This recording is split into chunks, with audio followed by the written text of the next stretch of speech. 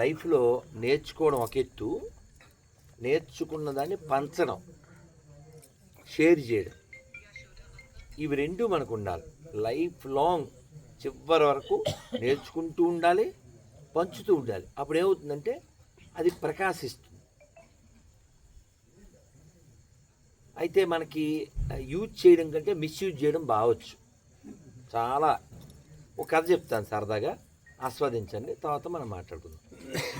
నలుగురు గురువుగారి దగ్గర విద్య పూర్తి చేసుకుని అలా వెనకాల నుంచో కూడా కోపం వస్తుంది, అర్థమైందా? అలా అలా అటు వెళ్ళిపో, అటు చైర్లో కూర్చో. గురువుగారి దగ్గర విద్య పూర్తి చేసుకుని రిటర్న్ వస్తున్నారు, నడుచుకుంటూ వస్తుంటే దారిలో నాగద్దా నువ్వు ఇక్కడ నుంచో, నాకు ఏదైనా పని చెప్తాను, నాకు కనబడుతూ ఉంటావు. దారిలో చచ్చిపడినటువంటి ఓ సింహం కనబడింది. ఇందులో ఒకడు అన్నాడు, ఒరే ఆ ఎముకలన్నీ సెట్ చేయడం నాకు వచ్చు అన్నాడు.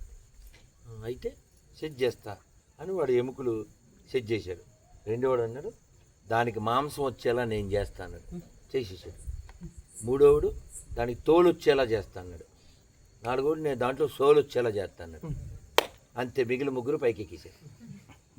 తోలు వరకు ఓకే, సోలు వస్తే హోల్, సోలు వచ్చిన తర్వాత హోలే. అవునా? ఒరే వద్దురా వద్దురా అంటే, మీరు ముగ్గురు ప్రదర్శించారు, నేను దర్శిస్తాను. మీకు అర్థమైందా? వాళ్ళు ముగ్గురు వారు విద్యను ప్రదర్శించారు. ఇప్పుడు వీడు దీన్ని లేపి తనిచ్చుకున్నాడు, వీడినే తినేసింది. వాడి చావును ఎవరు కోరుకుని తెచ్చుకున్నారు? వాడే. కానీ యూజ్ చేయడం అంటే ఇంకోటికి ఉపయోగపడాలి నీ విద్య.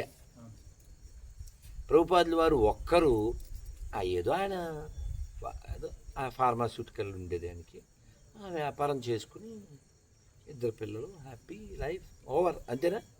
అలా అనుకోలేదు. నేను పొందిన దాన్ని మా గురుగారు చెప్పారు, అందరికీ ఇవ్వాలి. దీనికి 500-600 సంవత్సరాల క్రితమే చైతన్య మహాప్రభు చెప్పారు. ఏం చెప్పారు? ఇది బెంగాలీలో చెప్పండి. యారే దేకే तारे कहे कृष्ण उपदेश हमारा आज्ञा होना गुरु होना तारादेश. అంటే దీని అర్థం ఏంటంటే, యారే దేకే అంటే చూడడం, మీరు ఎవరిని చూసినా, తారకహే ఎక్కడ చూసినా, వాళ్ళ నన్ను ఎవరినైనా ఫోను దూరం వెళ్ళి మాట్లాడండి, అచ్చా బండా సరే బండి పని చేయకపోతే పడద్దు గండి. మీరు ఎవరిని చూసినా ఎక్కడ కలిసినా వారికి కృష్ణ ఉపదేశం ఇవ్వండి, ఇది నా ఆజ్ఞ, అమర ఆజ్ఞ అని చైతన్య మహాప్రభు చెప్పారు. మీరు ఈ ఆజ్ఞని పాటించి గురువుగా మారండి. గురువుగా మారడం అంటే పెద్ద ఆసనం మఠం అని కాదు, ఇంకోరికి ఉపకారం చేయడం, ఓ మంచి మాట చెప్పడం. ఉదాహరణకి నేను మొన్న అక్కడ హైదరాబాద్లో ఎవరింట్లో ఉన్నాం, ఆ డోరు నాకు రూమ్ ఇచ్చారు, ఆ డోర్ తీసినప్పుడల్లా అక్కడ వాళ్ళ బెల్ట్లు ఉన్నాయి, ఆ ఇంటి ఆయనవో వాళ్ళ అబ్బాయివో. నేను బయటకు వచ్చి చెప్పాను, నాన్న తోలు బెల్ట్ వాడకండి. ఎందుకు వాడద్దు? జంతు చర్మం. నువ్వు వాడడం వల్ల ఏమవుతుంది? జంతువులు చంపబడతాయి కదా, అవునా కదా? కాబట్టి మనం ఫ్యాషన్ అనే ఒక మోజులో పడి ఎమోషన్ లేకుండా బతకూడదు. ఓ పిల్లోడు నా దగ్గరికి వచ్చాడు ఓ 10-12 ఏళ్ళ క్రితం. ఎప్పుడు, ఏందిరా చెప్పులు అట్లున్నాయన్న, ఇవి క్రొకడైళ్ళు. దేని చెప్పులు అవి? ముసలిని చంపేసి ఆడు ఎంతరా 3000. మా చెప్పులు ఇప్పుడే 600-700 అంతే. వాడి తర్వాత యాక్సిడెంట్ అయింది. ప్రపంచంలో అతి ముఖ్యంగా ఉండవలసినటువంటి మతం ఏంటి అంటే, హితం కోరే మతం ఉండాలి. హితం అంటే కేవలం మనుషుల యొక్క హితం మాత్రమే ఉండకూడదు, తమ మతం వాళ్ళ హితం మాత్రమే ఉండకూడదు, సర్వజీవులకి హితం కోరాలి. లోకా సమస్త సుఖినో భవంతు. ఎందుకంటే గొప్ప మతం ఉందా ప్రపంచంలో? హిందువుల వలన ఎక్కడా యుద్ధాలు రాలేదు, హిందువుల వలన కొత్త దేశాలు ఎక్కడా పుట్టలేదు. ఎందువలన? మనకి నేర్పలేదు. వాళ్ళని దోచుకో, దాన్ని దాచుకో, దాన్ని ఎత్తుకుపో అలా చెప్పలేదు. కానీ ఎడారి మతాల్లో అదే చెప్పారు. కాబట్టి వాళ్ళు ప్రపంచవ్యాప్తంగా అదే పనిచేస్తూ కోట్ల మందిని చంపేశారు ఇప్పటిదాకా. కోట్ల మందిని, లక్షలు కాదు, కోట్ల మందిని. ఈ దిక్కుమాలిన మతాల వలన కాకుండా ఈ దిక్కుమాలిన కమ్యూనిజం వలన కోట్ల మంది చచ్చిపోయారు. హిట్లర్ ఒక్కడు 60 లక్షల మందిని చంపాడు, 6 మిలియన్స్. అది ఎలా చంపాడని నేను ఒక చోట విన్నాను. ఎలా చంపాడంటే మా ప్రభుజీ చెప్పారు ఎప్పుడో 25 ఏళ్ల క్రితం. 10,000 మందిని తీసుకొచ్చి ఓ చాంబర్లో పెట్టి, పెద్ద హాల్ లాంటి దాంట్లో గ్యాస్ వదిలేస్తారు. ఇది 10,000 మందిలో 1000 మంది బయట ఉంటారు, 9,000 మంది గాలి పీల్చి చచ్చిపోతారు కదా. చచ్చిపోయాక వాళ్ళని తీసుకెళ్ళడానికి 1000 మంది, అందులో వాళ్ళ అక్క, వాళ్ళ చెల్లి, వాళ్ళ నాన్న, అమ్మ ఉంటారు. వాళ్ళే పాపం వాళ్ళని మోసుకెళ్ళాలి, ట్రక్కుల్లో వేయాలి, వాళ్ళు తీసుకెళ్ళి గోతులో వేసేస్తారు. ఇందులో 1000 మంది ఉన్నారు కదా, ఇందులో 900 మంది లోపలికి వెళ్ళి నుంచోవాలి. ఇవి 100 మంది, వాళ్ళ 900 మంది మోయాలి. అంటే వాళ్ళ శవాలను వాళ్ళతోనే మోయించేది. మరి అలాంటి పేరుతో సినిమాలు తీసేది, మనం చూసేది. స్టాలిన్ వాడు కొన్ని కోట్ల మందిని చంపేశాడు. చైనాలో ఒక నియంత, వాడు దాదాపు 40 ఏళ్ల పాటు చంపుతూనే ఉన్నాడు కోట్ల మంది. అసలు ఈ భూమి మీద గడ్డిపోచ మనం మొలకెత్తించగలమా? Can you create 1 blade of grass? Can you create 1 flower? Creator. నాటితే ఎవరి వలన వచ్చింది? మట్టి వలన వచ్చింది, నీ వలన కాదుగా. కెన్ యూ క్రియేట్ అంటే దీనికి ఒక జోక్ చెప్పారు మన వాళ్ళు. దేవుడితో గొడవపడ్డా అంటాడు ఎవడో. దేవుడితో గొడవపడి, వాళ్ళు నీతో పని లేదు మాకు, ఈ రోజు నుంచి మేమే అన్నీ సృష్టించుకుంటాం అని అంట. అంటే సృష్టించు అన్నాడు దేవుడు. వాడు ఇలా వంగి మట్టి తీస్తున్నాడు. నీ మట్టితో సృష్టించు అన్నాడు దేవుడు. తీరిందా దొర? వాడి మట్టి ఉందా? వాడి మన్ను. వాడి బాడీ ఎక్కడి నుంచి వచ్చింది? వాడంటే మనమే.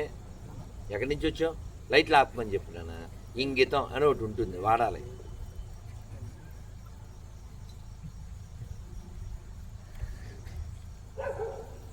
అందుకని మనం అన్నీ చేసేస్తున్నాం, చెయ్యగలం అని అనుకోకండి. పెద్ద పెద్దోళ్ళు అంతా పోయారు, చాలా పెద్దోళ్ళు పోయారు. ఎవ్వరూ ఉండరు భూమి మీద, వచ్చి వెళ్ళే వాళ్ళమే. సార్ మీరు ప్రయాణం చేసి వచ్చారు, ఉంటారా 10 నిమిషాలు? Please sir, please. అందుకని ఈ భూమి మీద మనం కొన్నాళ్ళే గెస్ట్గా ఉంటాం. ఏదైనా బెస్ట్గా చేసి దీన్ని డస్ట్లో కలిపేసి వెళ్ళిపోవాలి. నువ్వు ఏం చేసినా ఏం చేయకపోయినా కాలంతో పాటు నువ్వు వెళ్ళిపోతావు. మొన్న నేను ఫ్లైట్లో వస్తున్నాను, ఏకాదశి, తొలేకాదశి కదా, అలా నీరసంగా ఉంది. పొద్దునుంచి ఎండలో తిరిగాం, ఆ ఏర్పేడు మఠం ఏదో విషయంలో. ఏసీ లేని కార్లు ఎండలో తిరిగి తిండి లేకుండా ఫ్లైట్ ఎక్కాను. అలా నెమ్మదిగా హరే కృష్ణ హరే కృష్ణ అని జపం చేసుకుంటున్నా. ఆ పక్కన ఎవరో పిల్ల చదువుకుంటుంది. అలా జపం చేస్తే అలా చూస్తే ఒక ఆయన సబ్జీ తిని పబ్జీ ఆడుతున్నాడు. ఏది గుండు కొట్టుకున్నాడంటే తిరుమల వెళ్ళి వచ్చాడు. తర్వాత వాళ్ళ మనవడికి ఏదో మాలిచ్చాను, వాళ్ళతో మాట్లాడాను. ఆయన ఎందుకు పబ్జీ ఆడుతున్నారు చెప్పండి? సార్ టైంపాసు అనే పదం వాడచ్చు సార్.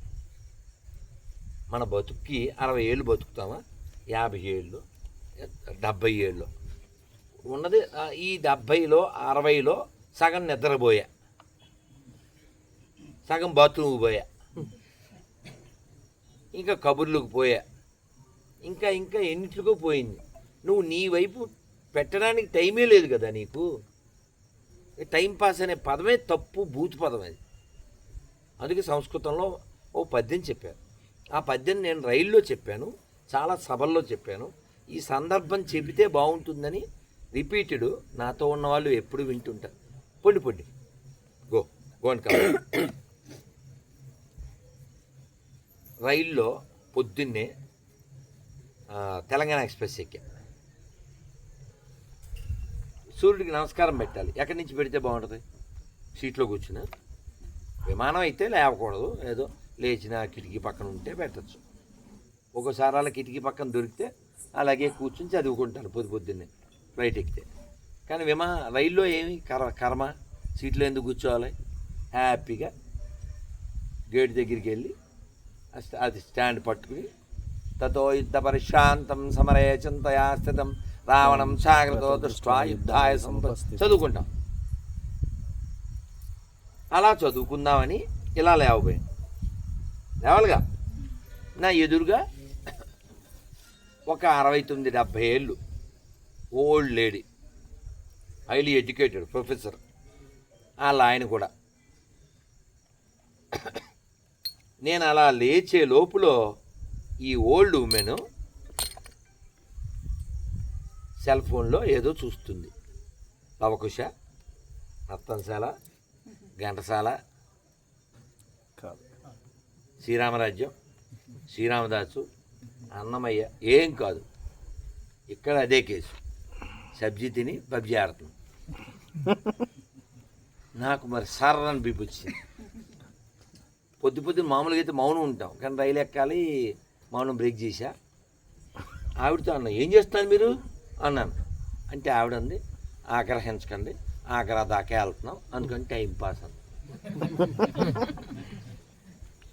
నేనన్నాను, అసలు మీరు టైం పాస్ అనే పదం వాడచ్చా? మీకు టైమే లేదు, త్వరలో పాస్ అయిపోతారు. నేను చెప్పింది నిజమా కదా? పాస్ అయిపోతాం కదా. జీవితం పరీక్షలో పాస్ అయినా అవ్వకపోయినా శరీరంలోంచి పాస్డ్ అవే అంటారు కదా.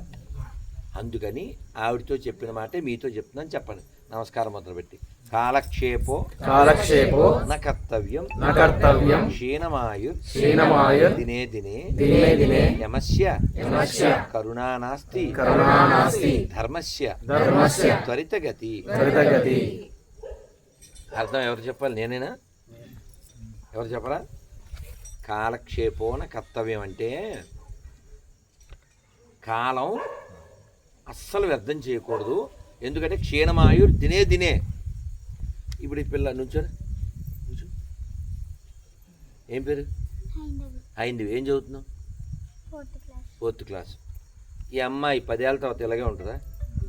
20 ఏళ్ళ తర్వాత ఇలాగే ఉంటుందా? 50 ఏళ్ళ తర్వాత ఏమని పిలుస్తారు ఈ అమ్మాయిని? ఏంద్రా అంటే అమ్మమ్మ అయిపోద్దిరా. ఇప్పుడు 8 ఏళ్ళా? 9, అప్పుడు 59. అమ్మమ్మ కాదా? ఇదో సినిమా అనుకున్నావా? ఇప్పుడు ఆంటీ అంటే ఏంటి యాంటీ అయిపోతుంది కదా.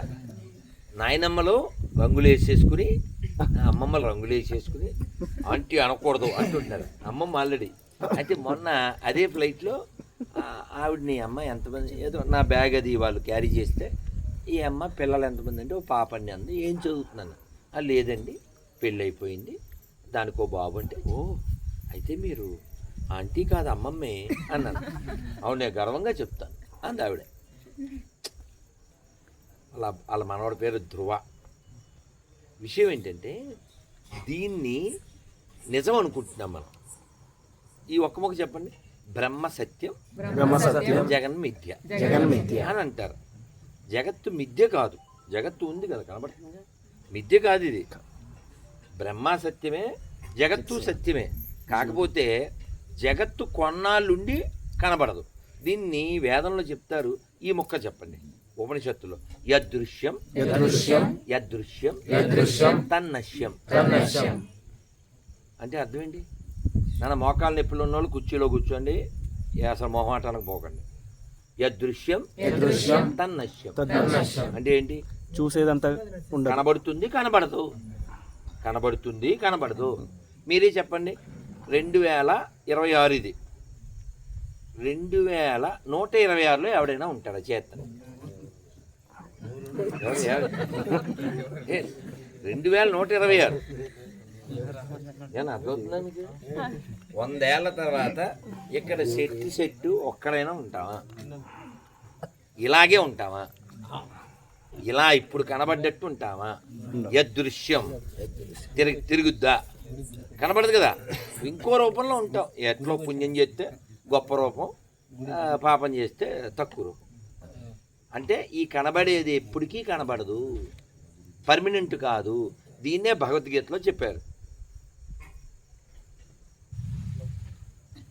ఇదేది శాశ్వతం కాదు. దీనికి ఒక పేరు పెట్టాడు కృష్ణుడు. చెప్పండి. దుఃఖాలయం దుఃఖాలయం అశాశ్వతం, అశాశ్వతం. దుఃఖాలయం దుఃఖాలయం అశాశ్వతం, అశాశ్వతం. దుఃఖాలయం దుఃఖాలయం అశాశ్వతం. అశాశ్వతం. అది కనబడుతుంది ఈ ప్రపంచం, కానీ కలిసిపోతుంది, కాలంలో కరిగిపోతుంది. అలాగే దుఃఖాన్ని ఇస్తుంది. ఏం దుఃఖం ఇస్తుంది అంటే అది కూడా కృష్ణుడు చెప్పాడు. చెప్పండి. జన్మ జన్మ మృత్యు మృత్యు జరా జరా వ్యాధి వ్యాధి దుఃఖ దుఃఖ దోషాను దోషాను దర్శనం. దర్శనం. ఏమొస్తాయి మనకి? 4 వస్తాయి. జన్మ వచ్చేసింది ఆల్రెడీ. తర్వాత మృత్యు, జన్మ తర్వాత మృత్యు. ఈ మధ్య జన్మకి మృత్యుకి మధ్యలో ముసల్తనం, రోగం. అందరికీ ఇప్పుడు కామన్గా వయసుతో సంబంధం లేకుండా బీపీలు, షుగర్లు కామన్. గట్ ప్రాబ్లము, లేకపోతేనేమో థైరాయిడ్ ప్రాబ్లము. ఇప్పుడు మనం ఫేస్బుక్ తీస్తే, యూట్యూబ్ తీస్తే బోల్డ్ మంది డాక్టర్లు అయిపోయారు. ఎన్ని సలహాలు చెప్పేస్తుంటారు. నిజాలు ఎన్నో, అబద్ధాలు ఎన్నో తెలదు. అది ఏదో వాడేమంటుంటారు. కానీ కొందరు జెన్యూన్గా ఉన్నారు. అందులో ఒకటైతే ముద్ర చెప్తాను. ఇలా ఎప్పుడైనా ఉపన్యాసాలకు వెళ్ళినప్పుడు ఇక చేతులు ఇలా పెట్టిస్తే ఈ చూపుడు వేలుని ఇందులో పెట్టండి. ఇలా నాన్న చూపుడు వేలు బొట్టన వేలు మధ్యలో పెట్టాం. బొట్టన వేలు నాన్న అక్కడ మాట్లాడకండి ప్లీజ్. బొట్టన వేలు ఇలా పెట్టి ఈ 3 వేలు మిగిలినాయి కదా, ఇందులో 2 వేల మీద ఈ బొట్టన వేలు కూర్చోబెట్టాను. ఈ క్యాచ్ అర్థమైందా? దీని పేరు సంజీవని ముద్ర. హార్ట్ అటాక్ రాకుండా ఉండడానికి ఇది గొప్ప ముద్ర. కూర్చోండి, అంతే ఉంది. ఇలా కూర్చోండి, వింటూ ఉండండి, కూర్చోండి. ఈ ముద్ర వేస్తే నష్టం లేదు. అలాగే మీకు తెలుసు, పొద్దున్న లేవగానే చేతులు నడుపుకోవడం. ఇలా చేతులు రుద్దితే వేడి పుడుతుంది. పొద్దున్న లేవగానే దడేళ్ళమని కళ్ళు తెరవకూడదు. ఇలా అన్నీ నెమ్మదిగా కళ్ళ మీద పెట్టి నెమ్మదిగా చేతులు చూస్తూ ఆ మంత్రం చెప్పాలి. కళాగ్రే వస్తే అవన్నీ రావు, మాకు రావండి, మేము నేర్చుకోలేమని పెద్ద పెద్ద శ్లోకాలు. కాబట్టి ఈజియెస్ట్ మార్గం చెప్పండి. అందరు చేతులు చూస్తూ హరి హరి హరి హరి హరి హరి హరి హరి హరి హరి హరి హరి హరి హరి. ఎందుకు అనాలి అని అడిగారు ఎవరో. ఏముంది, ఏదో రోజు నువ్వు హరి అంటావు కాబట్టి. హరి అంటే ఎందుకు నిద్ర లేవాలంటే ఓ రోజు నువ్వు హరి అంటావు. కాబట్టి మనం అందరం పోతాం. సౌందర్య గుర్తుందా? ఎంత బంగారు తల్లి. ఏది ఏదో మన ఇంట్లో అక్కలా చెల్లిలా ఉండేది. ఏది కాలం తీసిపోయిందా? ఉల్లాసంగా ఉత్సాహంగా హీరో యశోవర్ధన్ ఏడి? బోల్డ్ మంది సీఎంలు ఏరి, పిఎంలు ఏరి? అంత కాలంలో వెళ్ళిపోతున్నారు కదా, మనం కూడా వెళ్ళిపోతాం. వెళ్ళే లోపల మనకి ఏదన్నా చేసుకోవాలి. మనకంటే ఆత్మకి బలం ఏమిటి? నామము, వినడము, చదవడము. శృణ్వంతప. అందుకని రోజు వినడం మీద దృష్టి పెట్టండి. తినడం ఎలాగే దృష్టి పెడతాంగా. మనం తినడం అనే దాన్ని ఎవడు చెప్పి నేర్పించక్కర్లేదు. మనం వెతుక్కునో దొంగతనం చేసేని తినేస్తాం. ఎందుకని? ఆకలే. అవును కదా, దాన్ని నేర్పించక్కర్లేదు ఎవడును. కానీ వినడం నేర్పించాలి. వినాలి. అందుకని మీరు వినడం అనే ఒక ఉత్తమ లక్షణం అలవాటు అయిపోతే అది మీకు 4 గోడలు ప్రొటెక్షన్ ఫోర్స్లా ఉంటుంది. ఇవాళ 3 సార్లు విన్నాను గజేంద్ర మోక్షం. నేను రోజు వింటూనే ఉంటాను. ఈ బాక్స్ ఉంటుంది నా దగ్గర, ఆ బాక్స్లో వింటూనే ఉంటాను. ఇక్కడే ఉంటుంది, వింటూనే ఉంటాను. ఆ గజేంద్ర మోక్షము, ఆ భాగవతం దాదాపు 25 ఏళ్ళ నుంచి వింటున్నా. విన్నదే విను, నష్టమేం లేదు. ఎందుకని? తిన్నదే తింటున్నావుగా, నీ నుంచి వచ్చే ప్రోడక్ట్ ఏం లేదు. చెప్పకూడదు, కానీ చెప్పకపోతే బాగుండదని చెప్తున్నాను. గౌర్ గోపాల్ ప్రభు పేరు విన్నారు? ఇంగ్లీష్లో, హిందీలో బాగా చెప్తారు, ఎంజాయ్ చేయొచ్చు, చాలా నవ్విపిస్తారు కూడా, చాలా కంటెంటు. ఆయన ఒక జోక్లాగా చెప్పారు, అంటే మన బాడీ ఎంత వేస్టు అని చెప్పడం కోసం. వాడు ఎవడో చెంబట్టుకుని బయటికి పోయాడు టాయిలెట్కి. మరి పల్లెటూరులో అట్లా పోతారు కదా. ఇప్పుడంటే మోడీ గారు 10 కోట్ల పైన బాత్రూమ్ కట్టించారు. మన చీచీ బ్యాచ్ గారు ఎంతవరకు చేశారో మనకు తెలుసు. సో వాడు ఆ చెంబొచ్చు బయటికి పోయిన తర్వాత వాడి ఒక్క టాయిలెట్ని వాడే చూసి చిచ్చి అన్నాడు. అంటే అదంది దరిద్రుడా, నన్ను చిచ్చి అంటావేంట్రా? నిన్న నేను జిలేబీని, నిన్న నేను సమోసాని, నిన్న నేను బూందీని. నీతో కొంతసేపు ఉన్నందుకురా నా బతుకు ఎలా అయిపోయిందని. మనతో సాంగత్యం చేసిన దానికి దాని బతుకు అట్ట అయిపోయింది. ఇలాంటప్పుడు తెప్పడేడు.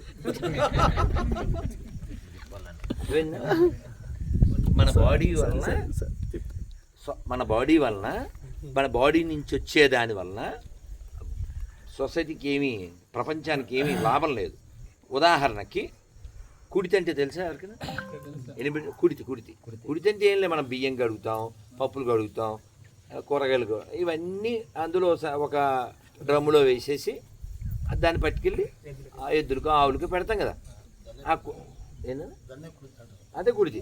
ఈ కుడితి మనం ఎవరం తాగం, కానీ ఆవు తాగుద్ది, లేదా గేదె తాగుద్ది. అవునా? గడ్డి ఎవరైనా తింటారా? మనం తినాం, అవి తింటాయి. పండ్ల తొక్కలు అవి మనం తినాం, అవి తింటాయి. అంటే మనకి పనికిరానివన్నీ ఆవుకు పెడితే మనకి పనికి వచ్చేది పెడుతుంది. అవునా కదా? మరి మనం ఏవో అన్ని రకాలు తింటాం, మన వలన ఒక్క బై ప్రొడక్ట్ రాదు. మన్నాడు పొద్దున గబ్బు, దానికి కావాల్సింది సబ్బు, మనం కలిసేది మబ్బు, మనకు వచ్చేది జబ్బు. అవునా కదా?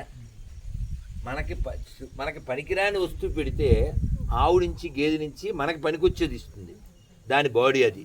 మీరు చూడండి, ఒక ఏనుగు చర్మం, లేదు జింక చర్మం, లేదా ఒక దుప్పి చర్మం పనికొస్తుంది మనిషికి. అవునా?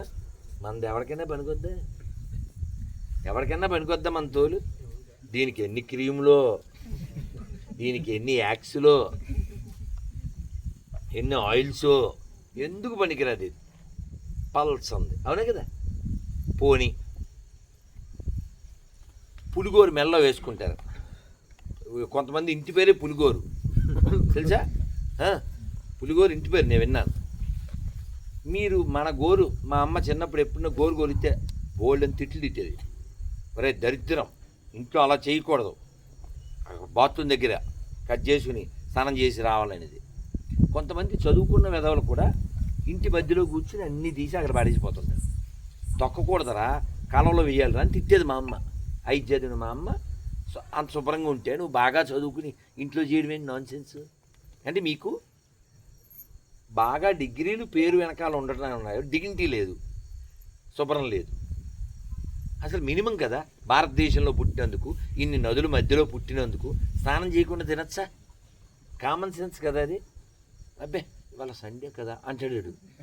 సండే అయితే తిన్నమ్మని, సండే ఎక్కువ తినేయాలి, స్నానం చేయకూడదా? అందుకని గుర్తుపెట్టుకోండి, దీన్ని వాడుకోండి.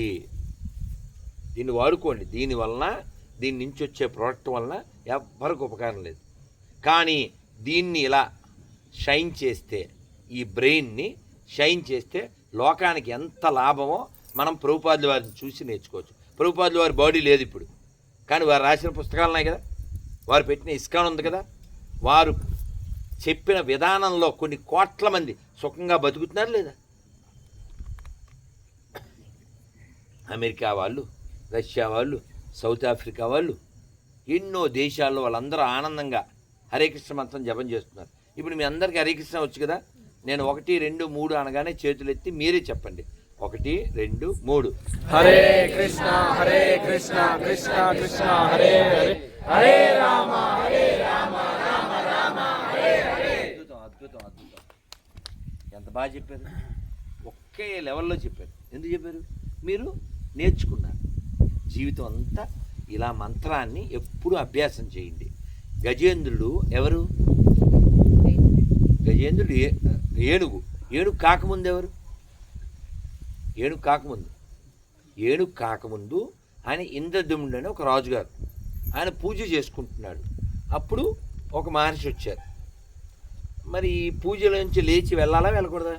ఒకలా అయితే వెళ్ళకూడదు, కానీ మర్యాద వేరు, విశేష మర్యాద వేరు, వెళ్ళాలి. ఆయన వెయిట్ చేశాడు, ఈయన రాలేదు. మదించిన గజంలాగా అతిథిని పట్టించుకోలేదు అని ఆయన శపించారు. ఈయన ఏమైపోయాడు? ఏనుగైపోయాడు. ఇంతకుముందు ప్రజలకు రాజు, ఇప్పుడు ఏనుగులకు రాజు. అక్కడ కాలం గడిచిపోతుంది. మీరు బాగా వినాలి. మనం భగవంతుడిని ఏదో గజేంద్ర మోక్షం సిరికించెప్పడు లావుక్యంతో వెళ్ళి పద్యాలు మాత్రం విని సంబరపడ్డం కాదు. గజేంద్రుడు మూడ్ మనకు రావాలి. గజేంద్రుడు ఓ రోజు అడవికి వెళ్ళాడు, మీకు తెలుసు. ఎవరు పట్టుకున్నారు? మొసలు పట్టుకుంది. ఎన్నాళ్ళు యుద్ధం చేశాడు? అర్జెంట్ అయితే వేస్తారు. ఎన్నాళ్ళు యుద్ధం చేశాడు? 1000 ఏళ్ళు యుద్ధం చేశాడు. 1000 ఏళ్ళు యుద్ధం చేశాడు. ఈ 1000 ఏళ్ళ యుద్ధంలో 500 ఏళ్ళు ఎలా యుద్ధం చేశాడంటే, నేను ఆఫ్టర్ ఆల్ ఇదొక నీటి పురుగు అని కాలుతో దన్నాడు. అది వెళ్ళి పడింది, మళ్ళీ వచ్చింది, మళ్ళీ పడింది, మళ్ళీ వచ్చింది. అది ఇంకా స్ట్రా వేసుకుని మొత్తం తాగేస్తుంది. ఇంకేముంటుంది ఓపిక? ఇలా చూసింది, ఇలా చూసింది. చెరువు చుట్టూ ఎవరున్నారు? దాని పరివారం ఎంతమంది అంట? 10,00,000 కోటి కర్ణీనాదుండనైన నాకా ఈ అని అనుకుంది. నాకు ఈ దుస్థిత అని. ఎన్ని 10 లక్షల కోట్ల ఏనుగులు ఉన్నాయంట. కానీ ఎవరన్నా ఒక్కళ్ళన్నా నీళ్ళలోకి దిగారా? దాన్ని రక్షించడానికి వచ్చారా? ఈ సంసారం కూడా అంతే. మనతో ఎవరూ రారు.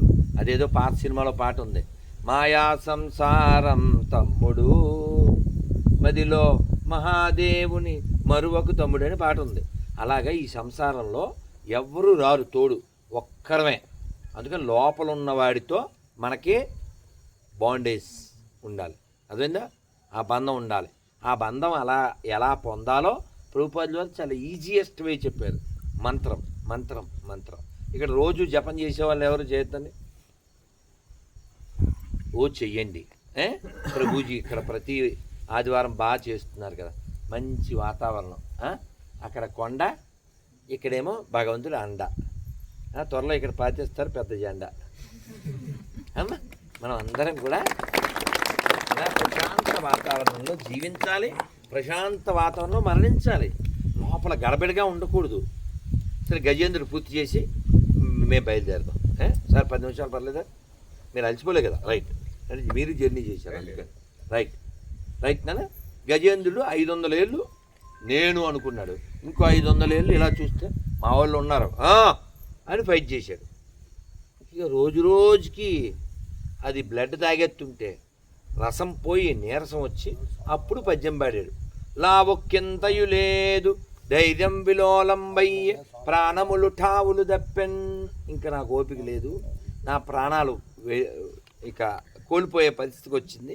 నువ్వు నీవే తప్ప ఇతప్పరం బెరుగును కావవో, నువ్వు రక్షించు, నాకు ఎవడూ తెలియదు, నువ్వు రా రా రా అంటే వచ్చాడు.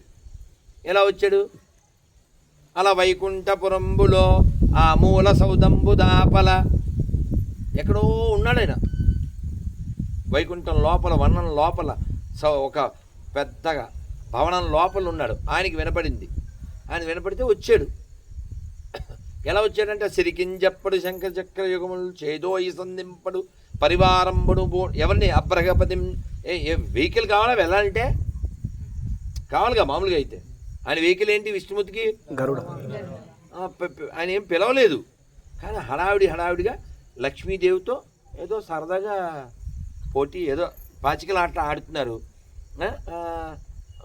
ఈవిడ ఓడిపోయే పరిస్థితి వచ్చింది. లక్ష్మీదేవి పాలు పొంగిపోతాయని వెళ్ళిపోయింది. ఆవిడ ఎక్కడికి వెళ్ళిపోతామని ఆ కొంగు తీసి ఈయన యొక్క పంచి కట్టారు.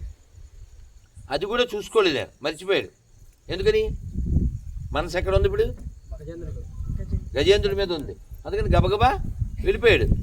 వెళ్ళిపోతే ఆ వెళ్ళిపోయే క్రమంలో అమ్మో స్వామివారు వెళ్ళిపోతున్నారని చెప్పి ఈ గరుత్మంతుడు వచ్చి రెడీగా కూర్చున్నాడు. మరి చెప్పులు వేసుకోవాలా? చెప్పులు వేసుకోవాలి కదా. ఆయనకి అసలు అటెన్షన్ అక్కడ ఉంది, టెన్షన్ ఇక్కడ ఉంది. కాబట్టి ఆ చెప్పులు ఎవరో ఒకరు వెయ్యాలి. కానీ ఆదిశేషుడు గమనించాడు, స్వామివారు చాలా అర్జెంట్ పని మీద వెళ్తున్నారు. తనే చెప్పులు అయిపోయాడు. ఇక అర్థమవుతుందా? ఆదిశేషుడు అంటే ఎవరు? బెడ్ కదా. తను చెప్పుల కింద మారిపోయాడు. అంటే భక్తుడు అనేవాడు నేను ఓన్లీ డ్రైవింగ్ మాత్రమే చెప్తాను అనకూడదు. అవసరమైతే కుకింగు చెయ్యాలి, అవసరమైతే క్లీనింగు చెయ్యాలి. నాకు అది ఒకటి చేస్తాను అనకూడదు. ప్రభుపాద వారు if you know this 5 ings you are king of your life అన్నారు. ఏమిటా ings? Cooking, playing, singing, preaching, driving. అదేనా? ఇక్కడ ఎంతమంది పాడడం వచ్చు? ఆహా, పాడండి, పాడు గజాల అన్నట్టు కాకుండా పాడండి. అర్థమైందా? పాడాలి. పాడడం అంటే మనం ఏదో పెద్ద సింగర్లు అయిపోక్కర్లేదు. అర్థమైందా? భగవన్నామం పాడడానికి సింగర్ అవ్వాలి ఏమిటానా? అవునా? అవునా కదా. మీ అందరూ ఇస్కాన్లో స్టార్టింగ్ ఎప్పుడైనా ఉపన్యాసం ఇస్తే ఒక చిన్న 4 లైన్లో మొత్తం కృష్ణుడి మొత్తం లైఫ్ వచ్చేస్తుంది. 4 లైన్లు పడేద్దామా? జయ రాధా మాధవ జయ కుంజ విహారీ గోపీజన వల్లభ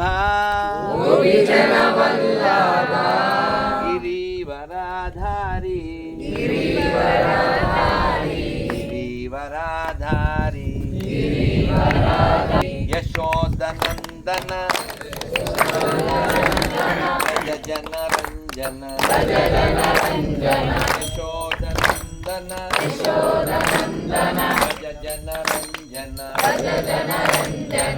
యమున తీరా వనచారి యమున తీరా వనచారి జయ రాధా మాధవ జయ కుంజ విహారీ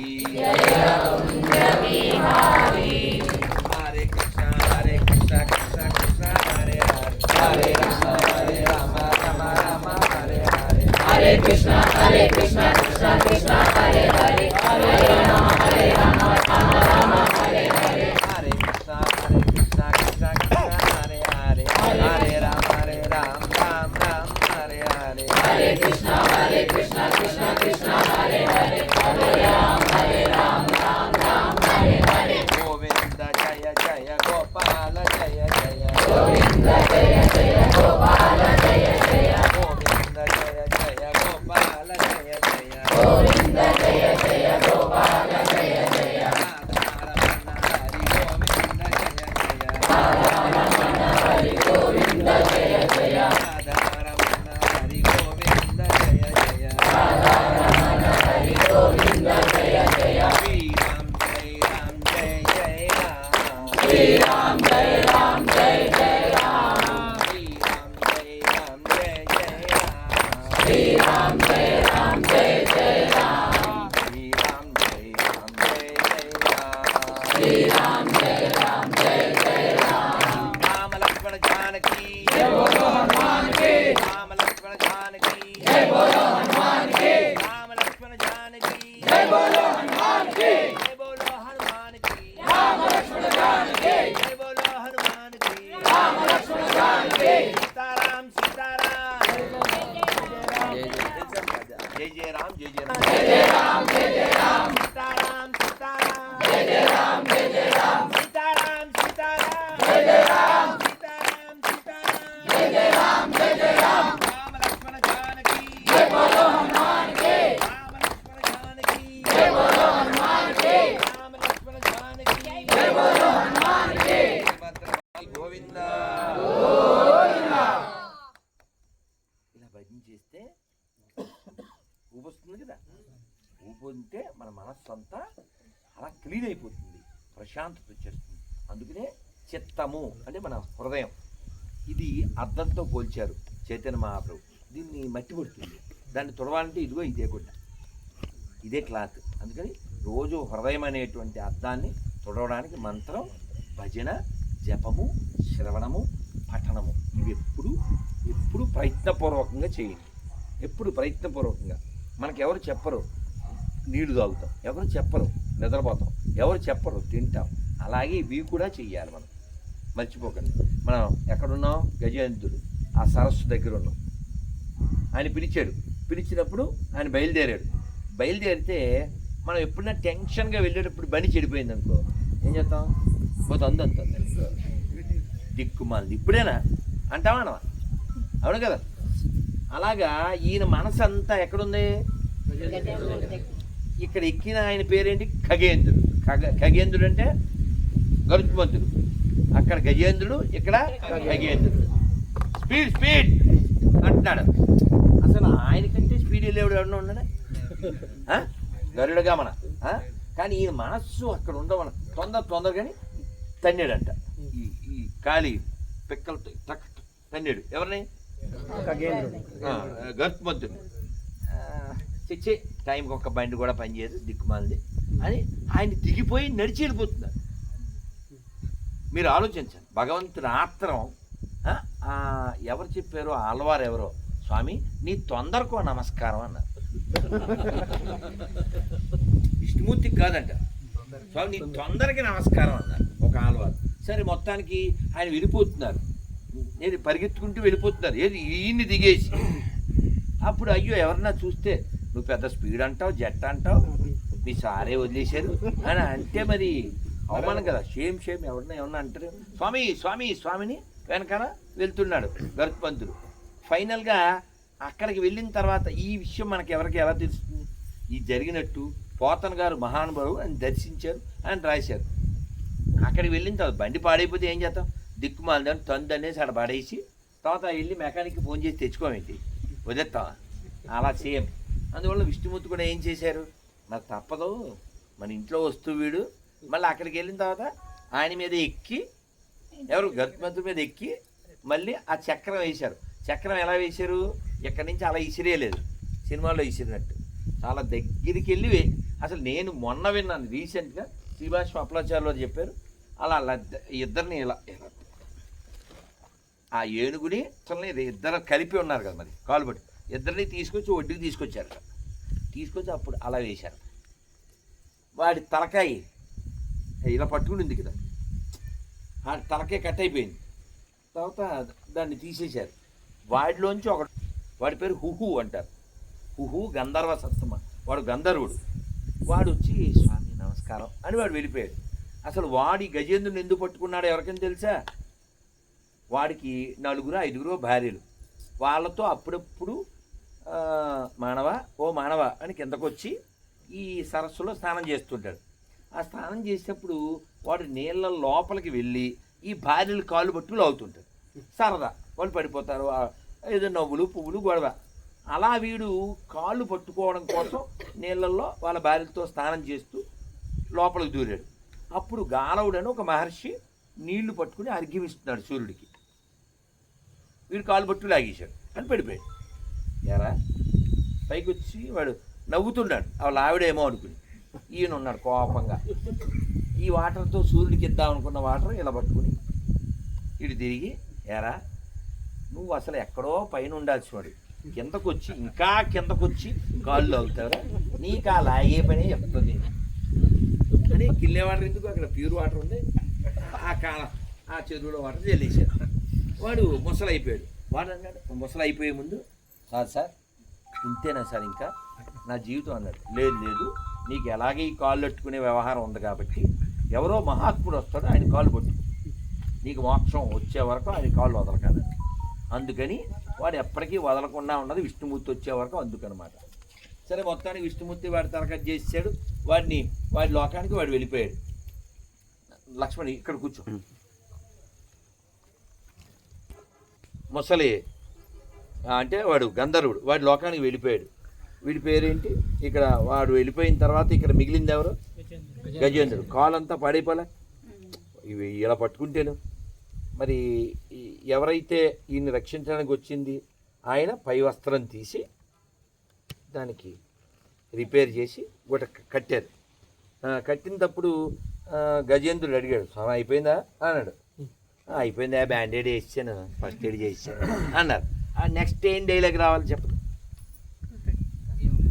థ్యాంక్స్ చెప్పాలా వద్దా? మనమే ఉన్నాం, పడిపోయాం, ఎవరో చేయించారు లేకపోతే ఎవరో చేశారు, థ్యాంక్స్ చెప్పాలి కదా. ఈ 1000 ఏళ్ళ తర్వాత ఇంత కష్టం తీరింది, ఆ బ్యాండేడ్ కట్టేసానే, ఏం పర్లేదు, సెప్టిక్ కావద్దు, ఏదో చెప్పిన తర్వాత థ్యాంక్ యూ అనాలి కదా. అనలేదు, ఏమన్నాడు, ఎందుకయ్యా ఇదంతా చేసామన్నాడు. అట్టయిపోతాడు ఆవిడ. విన్నప్పుడు నేనే అట్టయిపోయాను, విష్ణుమూర్తి కూడా అట్టయిపోయాడు. ఏంటి అలా మాట్లాడతావు, మా ఆవిడికి చెప్పకుండా, ఆ జుట్టుముడి వీడిపోతుంటే వేసుకోకుండా పరుగులు పెట్టి వచ్చాను కదా, ఎందుకంటావేంటి, నువ్వు పిలిచింది ఎందుకు కదా అన్నాడు. అంటే ఇప్పుడు మీరు వినాలి గజేంద్రుడి మూడ్. నాహం కళేబరస్య స్యాత్ ప్రాణార్థం మధుసూదన. స్వామి వేదవ శరీరం టాచ్ గడ్డ పగిలిపోను. ఏంటి పగిలిపోయేది, కిడ్నీలో రాళ్ళు కరిగిపోను, ఏంటి కరిగిపోయేది? శరీరం గజేంద్రుడి దగ్గర నుంచి నేర్చుకోండి, ఆ గాండుగాల దగ్గర నుంచి కాదు. దేవుడు అనేవాడు శరీరాన్ని బాగు చేయడానికి కాదు, ఆత్మను ఉద్ధరించడానికి. శరీరం కుళ్ళిపోద్ది, శరీరం వెళ్ళిపోద్ది, శరీరం చెల్లిపోద్ది. స్పష్టంగా చెప్పాడు భగవద్గీతలో. పుట్టాడు అంటే చస్తాడు, పుట్టాడు రోగం వస్తుంది, పుట్టాడు ముసలితనం వస్తుంది. నువ్వు రంగేసుకోవచ్చు, నువ్వు హంగులు చేయొచ్చు, కానీ బొంగుల మీద పడుకోవాల్సిందే నువ్వు. ఆడి పేరు ఏంటి, అతని పేరు మైకేల్ జాక్సన్. 150 ఉండాలి అని అనుకున్నాడు, 50కే బైబై చేయించాడు. 29 డాక్టర్లు. ఆ నీళ్ళు తాగాలంటే టెస్ట్ చేయాలి, తినాలంటే టెస్ట్ చేయాలి, వెళ్ళిపోయాడు 50కి. నీ ఇష్టమేం చల్లదో, కర్మనా దైవనేత్తిరేనా. ఇప్పుడు చెప్పాడు గజేంద్రుడు, స్వామి నాహం కలయబరస్య స్యాత్ వేద దీనికోసం ప్రాణార్థం మధుసూదన, నేను దీనికోసం నేను పిలవాలి. మరి ఎందుకు పిలిచావు, ఇది క్వశ్చన్ కదా. ఇప్పుడు ఏం లేదు స్వామి, నేను ఈవినింగు మా భార్యలతో అలా వచ్చాను, వస్తే చెరువు కనబడింది, చెరువులో కమలాలు కనబడ్డాయి. నీ పేరేంటి, కమలనాభుడు కదా, అవునా? అందరు చెప్పండి. నమ పంకజనాభాయ, నమ పంకజమాలినే, నమ పంకజనేత్రాయ, నమస్తే పంకజాంగ్రయే. అంటే ఏమిటి దాని అర్థం ఏంటి? కమలాల్లాంటి కళ్ళు కలిగినవాడా, కమలాల్లాంటి హస్తములు కలిగినవాడా, కమల పాదములు కలిగినవాడా, కమలాన్ని నాభిలో కలిగినవాడా, కమలని భారీగా కలిగినవాడా, అన్నీ కమలమే కదా. ఇలాంటి నీకు ఒక కమలాన్ని ఇస్తే నువ్వు ఆనందపడతావు కదా అని నేను చెరువులో దిగి దాన్ని పట్టుకున్నాను. ఇది నన్ను పట్టుకుంది,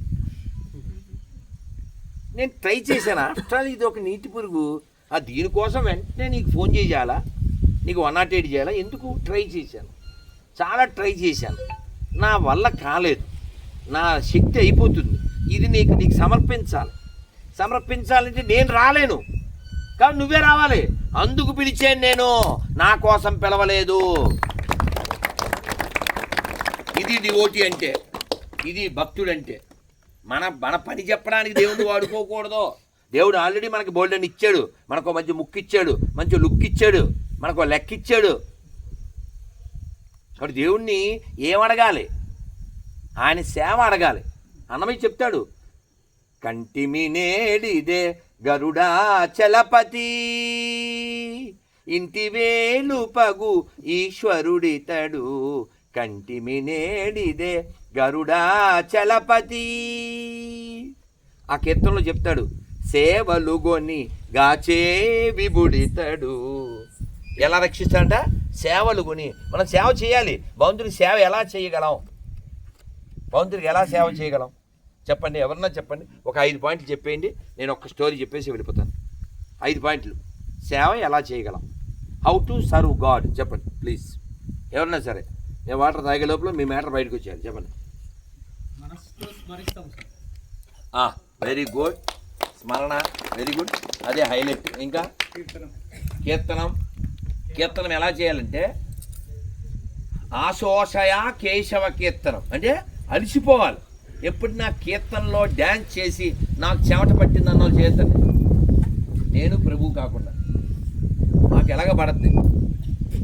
ఎందుకంటే మొన్న జగన్నాథ రథయాత్ర అయినా సండే క్లాస్ అయినా ఇంకా అసలు మీరు నమ్మండి, చొక్కాలో ఎక్కడ పొడి అనేదే కనబడేది కాదు.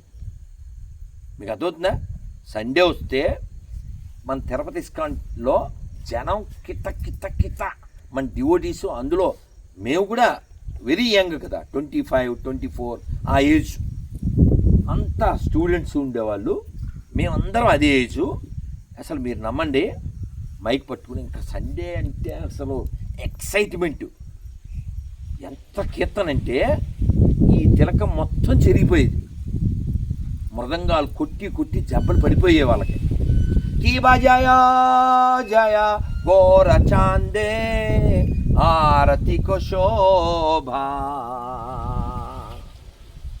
ఇక రెండోసారి మళ్ళీ అదే కీ బజయో. ఇంక చూడు అసలు మృదంగాలు, తాళాలు అసలు కొట్టి ఒళ్ళంతా తడిచిపోయి, చొక్కా అంతా తడిచిపోయేది, అంతా అలిసిపోవాలి. ఆశోషయ కేశవ కీర్తనం. ఇంకేం చేయగలం భగవంతుడికి? శ్రవణం, వినాలి. నాకు అలా వినే అలవాటు ఉంది అన్న వాళ్ళు చేస్తాను, ఆనందిస్తా. ఒకవేళ అలవాటు లేకపోతే ఈజియెస్ట్ వే చెప్తాను నేను. ఇప్పుడు మీకు ఒక జగన్నాథుడిది ఇస్తానని చెప్పాను కదా, మీరందరూ ఆస్వాదించవలసింది. ఈ బాధ్యత ఆడవాళ్ళు నువ్వు తీసుకో. నీకు పని చెప్పాను, ఇంకా చెప్పలే కదా, పట్టుకోది చెప్తాను. ఇదిగో బాక్స్ చెప్పానా, పొద్దున్నుంచి రిపీటెడ్గా నేను విన్నది ఏంటంటే, కూర్చో. రిపీటెడ్గా నేను విన్నది ఏమిటంటే గజేంద్ర మోక్షము, మళ్ళీ ఈ అమృతం ఎప్పుడు వచ్చింది, క్షీరసాగర మదనం. ఎవరైనా ఒక్కరే ఆ అమృతం కోసం చేసిన క్షీరసాగర మదనంలో ఏమేమి వచ్చినాయో ఒక్కరే చెప్పండి. 10 చెప్పాలి. ఎవరన్నా ఉన్నారా? ఒక్కరే, మిగిలిన వాళ్ళు హెల్ప్ చేయొద్దు. రాత్రి మేము రైల్లో కూడా గేమ్ ఆడుకున్నాం తెలుసా. రైల్లో అటు ఇటు అందరూ మన ఫ్యాన్సే ఉన్నారు. అందుకని పిల్లలిద్దరికి 2 పేపర్లు ఇచ్చేసి, పెన్నులు ఇచ్చేసి 2 టీములు చేసి గేమ్ ఆడిచ్చేసాను. అది వీడియో చేశాడు, మళ్ళీ వస్తుంది అనుకోండి. ఇదిగో నా ఏనా ఏ ప్రయత్నం? నువ్వా? నుంచో చెప్పండి నాన్న. క్షీరసాగర మదనంలో 10 వస్తువులు ఏమేమి వచ్చినాయో చెప్తాడు. కాదు నీకు చెప్పడం, కల్పవృక్షం అని చెప్పాలి. 1 ఐరావతము, 2 very good, Lakshmidevi very good. మీరు హెల్ప్ చేయకండి, లాస్ట్లో చేద్దాం. నేను లాస్ట్లో చేద్దాం. అతని ప్రయత్నం కామధేను, విషము, హలాహలం అదే ఫస్ట్.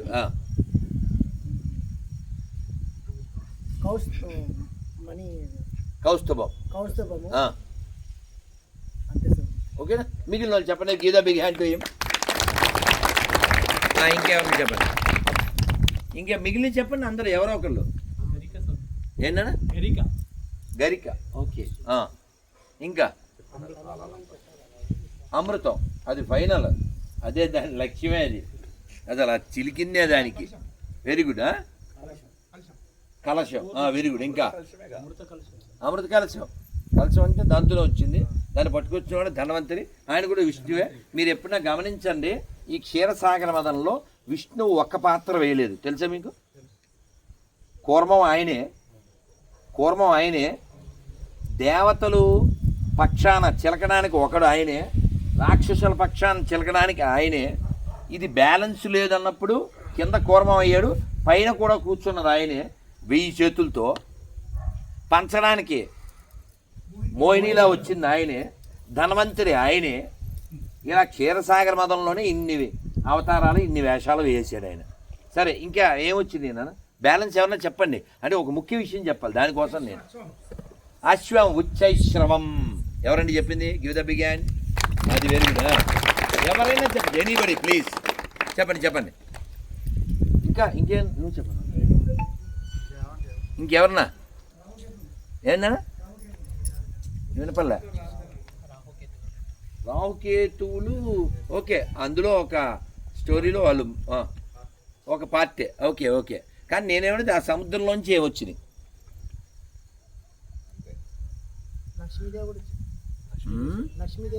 చెప్పేశారు.